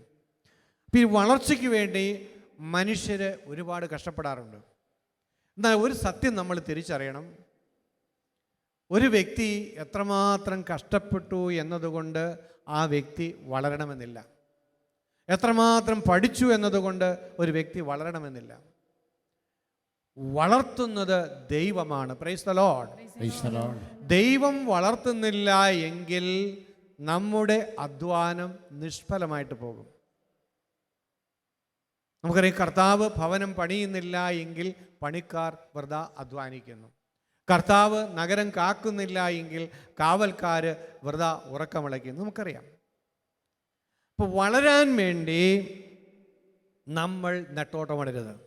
ചിലരൊക്കെ ഭ്രാന്ത് പിടിച്ച് അവർ ജീവിക്കുന്ന മേഖലയിൽ, പ്രവർത്തിക്കുന്ന മേഖലയിൽ ഉയരാൻ വേണ്ടി കഷ്ടപ്പെടും. പലപ്പോഴും അത് കൂടുതൽ ടെൻഷനും അസ്വസ്ഥതയ്ക്കുമൊക്കെ കാരണമായിട്ട് തീരും. എന്നാൽ ദൈവമാണ് വളർത്തുന്നത് എന്ന് തിരിച്ചറിഞ്ഞാൽ നമ്മൾ പിന്നെ വളരാൻ വേണ്ടി ഓടുകയില്ല. അത് നമ്മുടെ ഒരു പ്രശ്നമായിരിക്കുകയില്ല. കാരണം ദൈവത്തിൻ്റെ പ്രശ്നമാണ് വളർത്തുക എന്നുള്ളത്. എൻ്റെ ആത്മീയ ഗുരുവായ വർക്കീച്ചൻ എന്നോട് പറഞ്ഞൊരു കാര്യമുണ്ടായിരുന്നു. ഒരിക്കലും നീ ആരോടും മത്സരിക്കാൻ പോകരുത്. കാരണം മത്സരിച്ച് ജയിക്കേണ്ടതല്ല ജീവിതം. നിനക്ക് ജയം നൽകുന്ന ദൈവമാണ്. അതുകൊണ്ട് ശുശ്രൂഷയുടെ മേഖലകളിൽ നീ ആരുമായി മത്സരിക്കാൻ പാടില്ല. അതുപോലെ തന്നെ അദ്ദേഹം എനിക്ക് തന്ന ഉപദേശമുണ്ട്, ഈ ആളുകൾ വിളിക്കുന്നിടത്തെല്ലാം പോയി പ്രസംഗിക്കരുത്. പലപ്പോഴും ഈ ഓടി നടന്ന് പ്രസംഗിക്കുന്നതൊക്കെ അത് നമ്മളെ തളർത്തിക്കളയുകയുള്ളൂ. ദൈവം വിളിക്കുന്നിടത്ത് മാത്രമേ പോകാവുള്ളൂ. ഞാൻ അന്നും ഇന്നും ഈ 25 വർഷം 30 വർഷത്തോളമായി അന്നും ഇന്നും സൂക്ഷിക്കുന്നുണ്ട്. പ്രസംഗിക്കാനൊക്കെ എല്ലാ ദിവസവും ആളുകൾ വിളിക്കാറുണ്ട്. പക്ഷേ ഞാൻ പോകാറില്ല. വളരെയേറെ പ്രാർത്ഥിച്ചിട്ട് ഈശോ വിളിക്കുന്നെന്ന് തോന്നിയാൽ മാത്രമേ പോകാറുള്ളൂ. അപ്പോൾ ഒരു കാര്യത്തിലും അവസരങ്ങൾക്ക് വേണ്ടി അങ്ങനെ ഓടാറില്ല. ഈ ഒരു ഉപദേശം എനിക്ക് കിട്ടിയതുകൊണ്ട്. പക്ഷെ ദൈവമാണ് വളർത്തുന്നത് എന്ന് ജീവിതത്തിൽ മനസ്സിലാക്കാൻ സാധിച്ചതുകൊണ്ടാണ്. അതുകൊണ്ട് ദൈവത്തിൻ്റെ കരങ്ങളിൽ നമ്മളെ തന്നെ കൊടുത്താൽ മതി നമ്മൾ ചെയ്യേണ്ടത്. പിന്നെ ഒരു കാര്യവും കൂടിയുണ്ട്. ജീവിതത്തിൽ വളർച്ച ആഗ്രഹിക്കുന്നവർ, ഉയർച്ച ആഗ്രഹിക്കുന്നവർ ധ്യാനിക്കേണ്ട ഒരു ബൈബിൾ ഭാഗമുണ്ട്. മത്തായിയുടെ സുവിശേഷം 25-ാം അധ്യായത്തിൽ താലന്തുകളുടെ ഉപമ 14-ാമത്തെ വചനം മുതൽ പറയുന്നുണ്ട്. ഒരുവൻ ഒരു യാത്ര പുറപ്പെടുന്നതിന് മുമ്പ് തൻ്റെ ഭൃത്യന്മാരെ വിളിച്ച് ഒരാൾക്ക് ഓരോരുത്തരുടെയും കഴിവനുസരിച്ച് 10 താലന്ത്, 5 താലന്ത്, 1 താലന്ത് ഇങ്ങനെ കൊടുത്തിട്ട് പോകുന്നു. താലന്തിൻ്റെ കഥ നിങ്ങൾക്ക് എല്ലാവർക്കും അറിയാം. കാലങ്ങൾ കുറേ കഴിഞ്ഞു. യജമാനൻ വന്നു, കണക്ക് തീർക്കാൻ വേണ്ടി ഭൃത്യന്മാരെ വിളിച്ചു കഴിഞ്ഞപ്പോൾ ഈ 10 താലന്ത് കിട്ടിയും പറഞ്ഞു, യജമാനെ നീ തന്ന 10 താലന്ത് കൊണ്ട് വ്യാപാരം ചെയ്ത് ഞാൻ 10 കൂടി ഉണ്ടാക്കി. അപ്പോൾ യജമാനൻ പറയുന്നൊരു കാര്യമുണ്ട്, കൊള്ളാം, നല്ലവനും വിശ്വസ്തനുമായ ഭൃത്യ, അല്പകാര്യങ്ങളിൽ വിശ്വസ്തനായിരുന്നതിനാൽ അനേക കാര്യങ്ങൾ നിന്നെ ഞാൻ ഫലമേൽപ്പിക്കും. നിന്റെ യജമാനൻ്റെ സന്തോഷത്തിലേക്ക് നീ പ്രവേശിക്കുക. Praise the Lord. അല്പകാര്യങ്ങളിൽ വിശ്വസ്തനായിരുന്നത് കൊണ്ട് നിന്നെ ഞാൻ ഒരുപാട് കാര്യങ്ങൾ ഏൽപ്പിക്കാൻ പോവുകയാണ്. അപ്പം ദൈവമാണ് ഒരു വ്യക്തിയെ ഉയർത്തുന്നതെങ്കിൽ ആ ദൈവത്തിൻ്റെ ഉയർച്ചയുടെ പിന്നിലുള്ള ഉയർത്തലിൻ്റെ പിന്നിലുള്ള മാനദണ്ഡം ഇതാണ്: ദൈവം നൽകിയിരിക്കുന്ന അല്പ കാര്യങ്ങളിൽ വിശ്വസ്തനായിരിക്കണം. 5 താലന്ത് കിട്ടിയ വ്യക്തിയും 5 കൂടി സമ്പാദിച്ചപ്പോൾ അവനോടും പറഞ്ഞു, നല്ലവനും വിശ്വസ്തനുമായ ഭൃത്യ, നീ യജമാനൻ്റെ സന്തോഷത്തിലേക്ക് പ്രവേശിക്കുക. എന്നാൽ 1 താലന്ത് കിട്ടിയവൻ അത് കുഴിച്ചിട്ടു. അപ്പം ഇവിടെ നമ്മൾ പഠിക്കേണ്ട ഒരു പാഠമുണ്ട്. അതായത് ദൈവം നമുക്ക് നൽകിയതിനെ നമ്മൾ എങ്ങനെ ഉപയോഗിക്കുന്നു എന്നതിലാണ് നമ്മുടെ ഭാവി ഇരിക്കുന്നത്. Price the Lord. നമ്മളിൽ അനേകർ കിട്ടാത്തതിനെ ഓർത്ത് ദുഃഖിച്ച് ജീവിക്കുന്നവരാണ്. ഇല്ലാത്തതിനെക്കുറിച്ച് സങ്കടം പറഞ്ഞ് ജീവിക്കുന്നവരാണ്. അങ്ങനെ കിട്ടാത്തതിനെക്കുറിച്ച് സങ്കടപ്പെട്ടും പരാതി പറഞ്ഞും ഒക്കെ ജീവിക്കുമ്പോൾ കിട്ടിയതിനെ സ്നേഹിക്കാനോ കിട്ടിയതിനെ വേണ്ടത് ഉപയോഗിക്കാനോ സാധിക്കാതെ വരുമ്പോൾ യജമാനൻ്റെ മുമ്പിൽ അവൻ പരാജയപ്പെടുകയാണ്. അപ്പോൾ സമയമില്ല എന്ന് പറയുന്ന ഒത്തിരി പേരുണ്ട്. ഉള്ള സമയത്തെ എങ്ങനെയാണ് ഉപയോഗിക്കുന്നത് എന്ന് പലപ്പോഴും ചിന്തിക്കാറില്ല. അതുപോലെ ആരോഗ്യത്തിന് വേണ്ടി പ്രാർത്ഥിക്കുമ്പോൾ ദൈവം നിനക്ക് തന്ന ഉള്ള ആരോഗ്യമുണ്ടല്ലോ, കുറച്ച് ആരോഗ്യം, ആ ആരോഗ്യം നീ എങ്ങനെ ഉപയോഗിക്കുന്നത്? ദൈവമഹത്വത്തിന് വേണ്ടി ഉപയോഗിക്കുന്നുണ്ടോ? നീ കൂടുതൽ പണത്തിന് വേണ്ടി പ്രാർത്ഥിക്കുമ്പോൾ ദൈവം നിനക്ക് കഴിഞ്ഞ കാലങ്ങളിൽ തന്ന പണം നീ എങ്ങനെയാണ് ഉപയോഗിച്ചത്? വിശ്വസ്തയോടുകൂടിയാണോ നീ ഉപയോഗിച്ചത്? ഇതാണ് ദൈവം നോക്കുന്നത്. അപ്പം നമ്മൾ ഇല്ലാത്ത പലതിനും വേണ്ടി പ്രാർത്ഥിക്കുകയും നെട്ടോട്ടം ഓടുകയും ചെയ്യുമ്പോൾ ഉള്ളതിനെ വേണ്ടതുപോലെ ഉപയോഗിക്കാൻ ശ്രദ്ധിക്കാതെയായി പോകുന്നു. അപ്പോൾ ദൈവം തന്നതിനെക്കുറിച്ച് നമുക്ക് കൂടുതൽ ഗൗരവം ഉണ്ടാകണം. ഇന്ന് ദൈവം തന്നിരിക്കുന്നത് ചെറിയ ശുശ്രൂഷയായിരിക്കാം. ആ ശുശ്രൂഷയോട് നീ വിശ്വസ്ത പുലർത്തുമ്പോഴാണ് കൂടുതൽ വലിയ ശുശ്രൂഷ. ഇതിനെ അവഗണിച്ചുകൊണ്ട് കൂടുതൽ വലിയ ഒരു ശുശ്രൂഷ, പേരും പെരുമയും കിട്ടുന്ന ശുശ്രൂഷയ്ക്ക് വേണ്ടി ആഗ്രഹിച്ച് ഓടി നടക്കുമ്പോൾ അവൻ ഉള്ളതുമില്ലാതാകും, ആഗ്രഹിച്ചതുമില്ലാതായിത്തീരും. അതാണ് സംഭവിക്കുക. അതുപോലെ എല്ലാ കാര്യങ്ങളിലും ഈ ഒരു കാഴ്ചപ്പാട് നമുക്കുണ്ടായിരിക്കണം. ദൈവം തന്നതിനെ നീ എങ്ങനെ കൈകാര്യം ചെയ്യുന്നു? നിൻ്റെ ജീവിതത്തിൽ കുറവുകളുണ്ടാകാം. എന്നാൽ ഈ കുറവുള്ള ജീവിതത്തെ നീ ആദരപൂർവ്വം ദൈവകരങ്ങളിൽ നിന്ന് സ്വീകരിച്ചിട്ടുണ്ടോ? ഈ ജീവിതത്തെ നീ വേണ്ടതുപോലെ ഉപയോഗിക്കുന്നുണ്ടോ? ഈ രാത്രിയിൽ നമ്മൾ ആത്മപരിശോധന നടക്കണം. നമ്മൾ ഇന്നിവിടെ വന്നിരുന്ന് ഒരുപാട് കാര്യങ്ങൾക്ക് വേണ്ടി പ്രാർത്ഥിക്കുന്നുണ്ട്. തീർച്ചയായും അത് ഉചിതമാണ്. ദൈവം പ്രാർത്ഥനകൾ കേൾക്കും. പക്ഷെ പരിശുദ്ധാത്മാവ് എന്നോടും നിങ്ങളോടും ഈ രാത്രിയിൽ ചോദിക്കുകയാണ്, നിങ്ങൾ ഒരുപാട് കാര്യങ്ങൾക്ക് വേണ്ടി പ്രാർത്ഥിക്കുന്നു. കഴിഞ്ഞ കാലങ്ങളിൽ ഞാൻ നിങ്ങൾക്ക് തന്നതിനെ നിങ്ങൾ ഗൗരവമായിട്ട് എടുത്തിട്ടുണ്ടോ? കഴിഞ്ഞ കാലങ്ങളിൽ ഞാൻ നിനക്ക് തന്ന അനുഗ്രഹങ്ങൾ നീ കൈകാര്യം ചെയ്തത് അവിശ്വസ്തയോടുകൂടിയാണോ? ആണെങ്കിൽ നമ്മൾ അനുദപിക്കണം, നമ്മൾ തിരുത്തണം. അപ്പോൾ പുതിയതിന് വേണ്ടി പ്രാർത്ഥിക്കുന്നതിന് മുമ്പ് തന്നതിനെ, നമുക്ക് ചിലപ്പോൾ ഇന്ന് ചെറിയ ജോലിയായിരിക്കും, ചെറിയ ശമ്പളമായിരിക്കും, പക്ഷെ ഇന്ന് എൻ്റെ ദൈവം തന്ന ഈ ജോലിയെ ഞാൻ ആദരിച്ച് സ്നേഹിക്കുമ്പോഴാണ് എനിക്ക് അവിടെയും പ്രമോഷൻ ഉണ്ടാകുക. അപ്പോൾ ദൈവം തന്നത് ചെറുതാണെങ്കിലും ഇത്തിരിയുള്ളെങ്കിലും അതിനെ ആദരവോടെ ദൈവകരങ്ങളിൽ നിന്ന് സ്വീകരിച്ച് നമ്മൾ ഉപയോഗിക്കാൻ പഠിക്കുമ്പോഴാണ് ദൈവത്തിൻ്റെ കൃപ നമ്മളുടെ ജീവിതത്തിലേക്ക് കടന്നു വരുന്നത്. അപ്പോൾ ജീവിതത്തിലെ വളർച്ചയ്ക്ക് 2 കാര്യങ്ങളാണ് ഞാൻ പറഞ്ഞത്. ഒന്ന്, വളർത്തുന്നവൻ ദൈവമാണ്. ഞാൻ അധ്വാനിച്ചത് കൊണ്ട് മാത്രം എൻ്റെ ആത്മീയ ജീവിതമാണെങ്കിലും ഭൗതിക ജീവിതമാണെങ്കിലും വളരണമെന്നില്ല. ദൈവം തിരുമനസ്സാകണം. അതുകൊണ്ട് ദൈവത്തിനായിട്ട് കാത്തിരിക്കുകയാണ് വേണ്ടത്. നമ്മൾ വളരാൻ വേണ്ടി ഭ്രാന്ത് പിടിച്ച് ഒരു മേഖലയിലും ഓടി നടക്കേണ്ട ആവശ്യമില്ല. നമ്മൾ ദൈവത്തിൻ്റെ കരങ്ങളിൽ ജീവിതം കൊടുത്താൽ മതി. രണ്ടാമതായി, ദൈവം നമുക്ക് കൂടുതൽ ഉത്തരവാദിത്തങ്ങൾ ഏൽപ്പിക്കുന്നത്, കൂടുതൽ വളർച്ച നൽകുന്നത്, കൂടുതൽ ഉയർത്തുന്നതിൻ്റെ മാനദണ്ഡം ദൈവം തന്നതിനെ എങ്ങനെ ഉപയോഗിച്ചു കഴിഞ്ഞ കാലങ്ങളിൽ എന്ന് നോക്കിയാണ്. അവിടെ നമ്മൾ വിശ്വസ്തരായിട്ടിരിക്കണം. അപ്പോൾ സമയത്തിൻ്റെ തികവിൽ ദൈവം നമ്മളുടെ ജീവിതത്തെ സന്ദർശിക്കുകയും നമ്മളെ വളർത്തുകയും ഉയർത്തുകയും ചെയ്യുകയും ചെയ്യും. നമുക്ക് എഴുന്നേറ്റ് നിന്നുകൊണ്ട് ഈ കൃപ കിട്ടുവാൻ വേണ്ടി നമുക്ക് പ്രാർത്ഥിക്കാം. കണ്ണുകൾ നമുക്ക് അടയ്ക്കാം. ജീവിതത്തിൻ്റെ ഏതൊക്കെ മേഖലകളിലാണ് വളരാൻ നമ്മൾ ആഗ്രഹിക്കുന്നതെല്ലാം ദൈവത്തിന് കൊടുക്കാം. അവിടെയൊക്കെ ഒരു സ്റ്റാഗ്നേഷൻ ഉണ്ടെങ്കിൽ, ഒരു മുന്നോട്ട് പോകാൻ കഴിയാതെ, കൃഷിയായിരിക്കാം, ബിസിനസ്സായിരിക്കാം, കുടുംബജീവിതമായിരിക്കാം, പഠനമായിരിക്കാം, ശുശ്രൂഷകളായിരിക്കാം, വളർച്ച മുരടിച്ചു പോയ അവസ്ഥകളുണ്ടോ എന്ന് ചിന്തിച്ച് നോക്കുക. അധ്വാനം ഫലദായകമാകാത്ത അവസ്ഥകൾ, പ്രാർത്ഥിച്ച് മടുത്തുപോയ ചില മേഖലകളൊക്കെ ഉണ്ട്. ദൈവം ഇടപെടുന്നതിന് തടസ്സമായിട്ട് ഏതെങ്കിലും മേഖലയിൽ, ദൈവം തന്ന മേഖലകളിൽ അവിശ്വസ്തത കടന്നു വന്നിട്ടുണ്ടെങ്കിൽ തമ്പുരാൻ്റെ കരങ്ങളിൽ നമുക്കത് സമർപ്പിച്ചുകൊണ്ട് പ്രാർത്ഥിക്കാം. കർത്താവേ, നീ എന്നെ ഉയർത്തിയാൽ മാത്രമേ ഞാൻ ഉയർത്തപ്പെടുകയുള്ളൂ എന്ന് സത്യരാത്രിയിൽ തിരിച്ചറിയുന്നു. നീ എന്നെ വളർത്തിയാൽ മാത്രമേ ഞാൻ വളരുകയുള്ളൂ എന്ന് സത്യം തിരിച്ചറിയുന്നു. അതുകൊണ്ട് രാത്രിയിൽ വളരാൻ വേണ്ടിയുള്ള ബദ്ധപ്പാടുകൾ ഞാൻ ഉപേക്ഷിക്കുന്നു.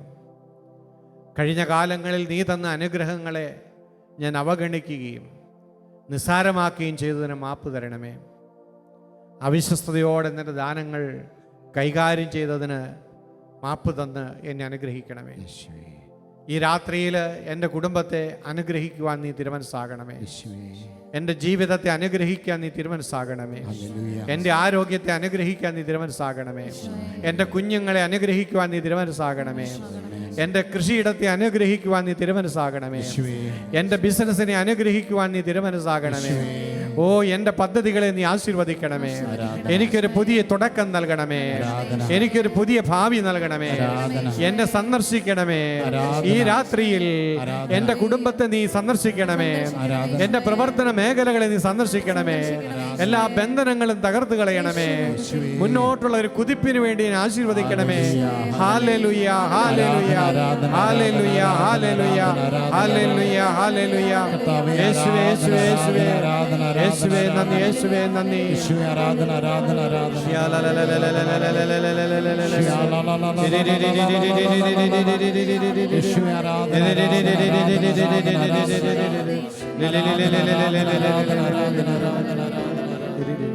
മാതാപിതാക്കളുടെ അനുഗ്രഹം മക്കളുടെ ഭവനങ്ങളെ ബലവത്താക്കുമെന്നുള്ള വചനം ചില വ്യക്തികൾക്ക് വേണ്ടി ദൈവം ഓർപ്പിക്കുന്നു. അവരുടെ ജീവിതത്തിൻ്റെ പുരോഗതിക്ക് വിലങ്ങുതടിയായി നിൽക്കുന്നത് മാതാപിതാക്കളുമായുള്ള ബന്ധത്തിൻ്റെ തകർച്ചയാണ്. ആ മേഖലകളിൽ അനുദപിക്കാൻ ദൈവത്തിൻ്റെ ആത്മാവ് നമ്മളെ ഓർപ്പിക്കുന്നുണ്ട്. Hallelujah, hallelujah, hallelujah, hallelujah, hallelujah. ദൈവകൃപ ഒഴുകട്ടെ കർത്താവേ. ദൈവമേ, നിന്റെ കൃപ ഒഴുകട്ടെ, നിന്റെ കൃപ ഒഴുകട്ടെ, നിന്റെ കൃപ ഒഴുകട്ടെ. Hallelujah, hallelujah. യേശുവേ നന്ദി, യേശുവേ സ്തോത്രം, യേശുവേ നന്ദി, യേശുവേ സ്തുതി, യേശുവേ നന്ദി. വായ്ക്കകത്ത് എപ്പോഴും ഇങ്ങനെ തൊലി പോയിക്കൊണ്ടിരിക്കുന്ന കുറേ കാലമായി അത് മാറാതെ വിഷമിക്കുന്ന ഒരു വ്യക്തിക്ക് കർത്താവ് സൗഖ്യം നൽകുന്നുണ്ട്. ഹല്ലേലൂയ. യേശുവേ ആരാധന, യേശുവേ ആരാധന, യേശുവേ സ്തുതി, യേശുവേ സ്തോത്രം, യേശുവേ നന്ദി, യേശുവേ ആരാധന, യേശുവേ സ്തോത്രം, യേശുവേ നന്ദി, യേശുവേ നന്ദി. ഇന്ന് ഇവിടേക്ക് വന്നപ്പോൾ ഏതെല്ലാം പ്രാർത്ഥനാ നിയോഗങ്ങളുമായിട്ടാണോ കടന്നു വന്നത്, ആ നിയോഗങ്ങളെല്ലാം ഒരിക്കൽ കൂടി തമ്പുരാൻ്റെ കരങ്ങളിലേക്ക് കൊടുക്കാം. കർത്താവേ, എൻ്റെ പ്രാർത്ഥനകൾ ഈ രാത്രിയിൽ നീ കേൾക്കണമേ. എൻ്റെ പ്രശ്നങ്ങളിൽ നീ ഇടപെടണമേ. എൻ്റെ കണ്ണുനീര് നീ കാണണമേ. എൻ്റെ നിസ്സഹായതയിൽ സഹായിക്കാൻ നീ വൈകരുതേ. ഓ സ്വർഗീയ പിതാവേ, യേശുവിൻ്റെ നാമത്തിൽ ഞാൻ പ്രാർത്ഥിക്കുന്നു. ഇന്ന് എൻ്റെ നിലവിളിക്ക് ഉത്തരം നൽകണമേ. ഇന്ന് എനിക്ക് രക്ഷയുടെ വാതിലുകൾ തുറന്നു തരണമേ. ആരാധന ആരാധന കർത്താവേ, എൻ്റെ നിസ്സഹായതയിൽ ഞാൻ നിലവിളിക്കുന്നു. യേശുവേ യേശുവേ യേശുവേ വിശ്വാസത്തോടെ ഞാൻ ഈ രാത്രിയിൽ നിലവിളിക്കുന്നു. യേശുവേ നിലവിളി കേൾക്കുന്ന ദൈവമേ, യേശുവേ എൻ്റെ വേദനകൾ കാണണമേ. ആരാധന എൻ്റെ പ്രാർത്ഥനകൾ കേൾക്കണമേ. ആരാധന എൻ്റെ ജീവിത പ്രശ്നത്തിൽ ഇടപെടണമേ. എനിക്കൊരു ഉത്തരം നൽകണമേ. എൻ്റെ മുന്നോട്ടുള്ള പുരോഗതിയുടെ തടസ്സങ്ങൾ എടുത്തു നിൽക്കണമേ. എൻ്റെ മക്കളെ അനുഗ്രഹിക്കണമേ. സാമ്പത്തിക മേഖലകളെ അനുഗ്രഹിക്കണമേ. ഓ, ആത്മീയ ബന്ധനങ്ങൾ തകർത്തു കളയണമേ. തഴക്ക ദോഷങ്ങളിൽ നിന്ന് വിടുതൽ നൽകണമേ. ഹൃദയത്തെ സൗഖ്യപ്പെടുത്തണമേ. അഭിഷേകം ചെയ്യണമേ. എല്ലാവരും പ്രാർത്ഥിക്കുക, നിലവിളിച്ച് പ്രാർത്ഥിക്കുക, വിശ്വാസത്തോടെ പ്രാർത്ഥിക്കുക. Hallelujah hallelujah hallelujah. ദൈവകൃപ ഒഴുകട്ടെ, ദൈവകൃപ ഒഴുകട്ടെ. പരിശുദ്ധാത്മാവേ, എല്ലാ ജീവിതങ്ങളെ ഏറ്റെടുക്കണമേ. നിലവിളി ഏറ്റെടുക്കണമേ. ഇടപെടണമേ എന്ന് പ്രാർത്ഥിക്കുന്നു. യേശുവേ യേശുവേ യേശുവേ. പരിശുദ്ധാത്മാവേ പരിശുദ്ധാത്മാവേ പരിശുദ്ധാത്മാവേ പരിശുദ്ധാത്മാവേ. ഈ രാത്രിയിൽ എന്നെ നീ ഏറ്റെടുക്കൂ. ഈ രാത്രിയിൽ എന്നെ നീ അനുഗ്രഹിക്കൂ. ഈ രാത്രിയിൽ എന്നെ നീ ഏറ്റെടുക്കൂ. ഈ രാത്രിയിൽ എന്നെ നീ അനുഗ്രഹിക്കൂ. ഈ രാത്രിയിൽ എന്നെ നീ ഏറ്റെടുക്കൂ. ഈ രാത്രിയിൽ എന്നെ നീ അനുഗ്രഹിക്കൂ. യേശുവേ ഈ രാത്രിയിൽ എന്നെ നീ ഏറ്റെടുക്കൂ. ഈ രാത്രിയിൽ എന്നെ നീ അനുഗ്രഹിക്കൂ. ഈ രാത്രിയിൽ എന്നെ നീ ഏറ്റെടുക്കൂ. ഈ രാത്രിയിൽ എന്നെ നീ അനുഗ്രഹിക്കൂ.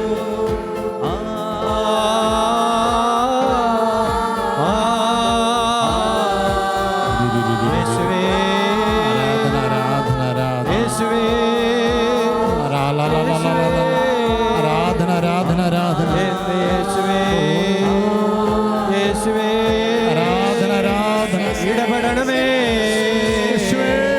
ഇടപെടണമേ. ആരാധന കണ്ണുനീര് തുടയ്ക്കണമേ. കണ്ണുനീര് തുടയ്ക്കണമേ. ആരാധന ആരാധന ആരാധന എന്റെ ജീവിതത്തെ ബലപ്പെടുത്തണമേ. ആരാധന കർത്താവേ, എന്നെ ശക്തിപ്പെടുത്തണമേ. യേശുവേ എന്നെ ശക്തിപ്പെടുത്തണമേ. എന്റെ പിതാവേ, യേശുവേ, എന്റെ പ്രാർത്ഥന കേൾക്കണമേ. എന്റെ പ്രാർത്ഥനകൾക്ക് ഉത്തരം നൽകണമേ. ആരാധന ആരാധന ആരാധന എന്നോട് കരുണ തോന്നണമേ. എന്നോട് കരുണ തോന്നണമേ. എന്റെ കുടുംബത്തോട് കരുണ തോന്നണമേ. ഈ എന്റെ മക്കളോട് കരുണ തോന്നണമേ. എന്റെ ഭാവിയോട് കരുണ തോന്നണമേ. എന്റെ ബന്ധനങ്ങളെ തകർക്കണമേ. യേശുവേ യേശുവേ. അങ്ങയുടെ കരങ്ങൾ നീട്ടണമേ. സൗഖ്യപ്പെടുത്തുന്ന കരങ്ങൾ നീട്ടണമേ. ബന്ധനങ്ങൾ അഴിക്കുന്ന കരങ്ങൾ നീട്ടണമേ. കൃപ നൽകണമേ. നിന്റെ മക്കളെ തൊടണമേ. നിന്റെ മക്കളെ തൊടണമേ. നിന്റെ ശക്തി അയക്കണമേ. തളർന്നവനെ ബലപ്പെടുത്തണമേ. ശക്തിപ്പെടുത്തണമേ. ഇറങ്ങി വരണമേ. ഞങ്ങളുടെ ജീവിത സാഹചര്യങ്ങളിലേക്ക് ഇറങ്ങി വരണമേ. റിയാ റിയാ റിയാ റിയാ.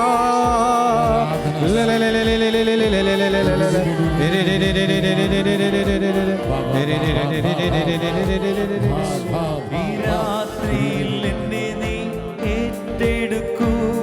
ഈ രാത്രിയിൽ എന്നെ നീ അനുഗ്രഹിക്കൂ. ഈ രാത്രിയിൽ എന്നെ നീ ഏറ്റെടുക്കൂ. ഈ രാത്രിയിൽ എന്നെ നീ അനുഗ്രഹിക്കൂ. ഈ രാത്രിയിൽ എന്നെ നീ ഏറ്റെടുക്കൂ. ഈ രാത്രിയിൽ എന്നെ നീ അനുഗ്രഹിക്കൂ. ഈ രാത്രിയിൽ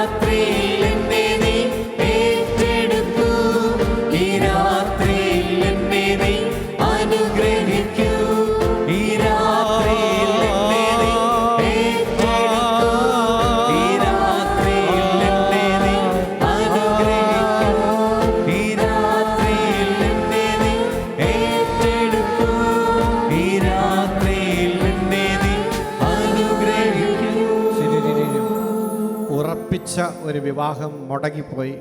ഒരുപാട് വേദനയും ദുഃഖവും എല്ലാം ഉണ്ടായി. ആ കുടുംബത്തിൻ്റെ കണ്ണുനീര് കർത്താവ് തുടച്ചു നിൽക്കുകയും വളരെ പെട്ടെന്ന് തന്നെ പുതിയൊരു വിവാഹം നടക്കുന്നതായിട്ട് കാണിക്കുകയും ചെയ്യുന്നുണ്ട്. Hallelujah, hallelujah, hallelujah, hallelujah, hallelujah. ഈശോയെ നന്ദി, ഈശോയെ നന്ദി, ഈശോയെ നന്ദി.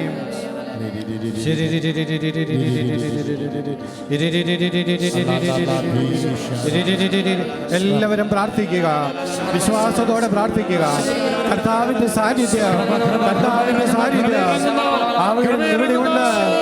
അവൻ നിങ്ങളുടെ ഇടയിലൂടെ നടന്നുകൊണ്ടിരിക്കുന്നു. ആരാധന ആരാധന ആരാധന ആരാധന ആരാധന ആരാധന ദൈവശക്തി നടക്കുമ്പോൾ ഇങ്ങനെ വേച്ചു പോകുന്നു. കുറേ ചുവടുകൾ നടന്നു കഴിയുമ്പോൾ ഇരിക്കണമെന്ന് തോന്നും. അങ്ങനെ ശരീരത്തിൻ്റെ ഒരു വശത്ത് തളർച്ചയുണ്ട്. അങ്ങനെ ഒരു സഹോദരനെ കർത്താവ് സൗഖ്യപ്പെടുത്തുന്നുണ്ട്.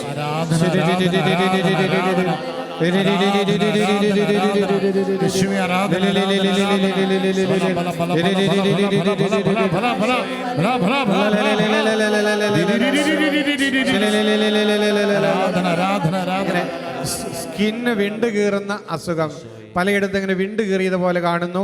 കർത്താവിന്റെ രക്തം വന്ന് ആ മുറിവുകളെല്ലാം സുഖപ്പെടുത്തുന്നതായിട്ട് കാണിക്കുന്നു. Hallelujah, hallelujah. യേശുവേ നന്ദി, യേശുവേ നന്ദി, യേശുവേ സ്തോത്രം, യേശുവേ സ്തോത്രം, യേശുവേ ആരാധന, യേശുവേ നന്ദി, യേശുവേ നന്ദി. Hallelujah, hallelujah, hallelujah. നമുക്കൊരു നിമിഷം നമ്മുടെ പ്രാർത്ഥനാപേക്ഷകൾ നിക്ഷേപിച്ചിരിക്കുന്ന ഈ പെട്ടിയിലേക്ക് നമ്മുടെ വലതുകരം നീട്ടി പ്രാർത്ഥിക്കാം. മാതാവിൻ്റെ പാദങ്ങളിൽ വച്ചിരിക്കുന്ന ഈ പ്രാർത്ഥനാ നിയോഗങ്ങളുടെ ഈ പെട്ടിയെ നോക്കി, കർത്താവേ, ഈ പെട്ടിയിൽ നിക്ഷേപിച്ചിരിക്കുന്ന എല്ലാ പ്രാർത്ഥനാ നിയോഗങ്ങളും പരിശുദ്ധ അമ്മയുടെ വിമല ഹൃദയം വഴി തമ്പുരാന്റെ കരങ്ങളിലേക്ക് ഞങ്ങൾ ഉയർത്തുന്നു. കർത്താവേ, ഈ പ്രാർത്ഥനകൾക്കെല്ലാം ഈ രാത്രിയിൽ അങ്ങ് ഉത്തരം നൽകണമേ എന്ന് പ്രാർത്ഥിക്കുന്നു. നിലവിളി കേൾക്കുന്ന നിന്റെ കരുണ ഇന്ന് ഈ രാത്രിയിൽ ഈ പ്രാർത്ഥന നിക്ഷേപിച്ച എല്ലാ വ്യക്തികളുടെയും ജീവിതത്തിലേക്ക് ഇറങ്ങി വരട്ടെ എന്ന് പ്രാർത്ഥിക്കുന്നു. അവർക്ക് വേണ്ടി ഒരത്ഭുതം നീ പ്രവർത്തിക്കണമേ, ഒരത്ഭുതം നീ പ്രവർത്തിക്കണമേ. Hallelujah, hallelujah, hallelujah, hallelujah. സംഭവിക്കട്ടെ.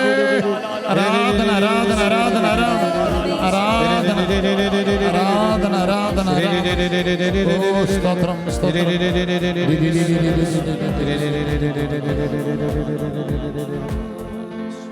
നമുക്ക് ശാന്തമായിട്ടിരിക്കാം.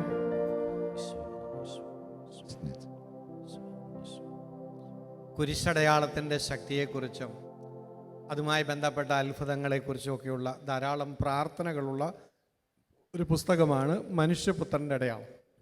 ഇത് നിങ്ങളുടെ ആത്മീയ ജീവിതത്തിൽ, ആത്മീയ പോരാട്ടത്തിന് വളരെ സഹായിക്കുന്ന ഒരു ബുക്കാണ്. അത് താല്പര്യമുള്ളവരൊക്കെ ഇത് വായിക്കുകയാണെങ്കിൽ ഒത്തിരി പ്രാർത്ഥനകളുണ്ട്. ഇത് നിങ്ങളുടെ വളർച്ചയിൽ ഒത്തിരിയേറെ നമ്മൾ സഹായിക്കും. തുടർന്ന് നമ്മുടെ ജീവിതത്തിൽ ദൈവം പ്രവർത്തിക്കാനും ദൈവത്തിൻ്റെ മഹത്വം വെളിപ്പെടാനും നമുക്ക് അത്യാവശ്യമായ ഒരു മേഖലയെക്കുറിച്ച് നമ്മളുടെ സഹോദരൻ അഗസ്റ്റിൻ തോമസ്, അദ്ദേഹം ശാലോമിൻ്റെ അഡ്മിനിസ്ട്രേഷൻ ഡിപ്പാർട്ട്മെൻറ്റിൽ ശുശ്രൂഷകൾ ചെയ്യുന്നു. അദ്ദേഹത്തിൻ്റെ ജീവിതത്തിലെ ഒരു അനുഭവം കേട്ടുകൊണ്ട് നമ്മുടെ പ്രാർത്ഥന നമുക്ക് തുടരാം.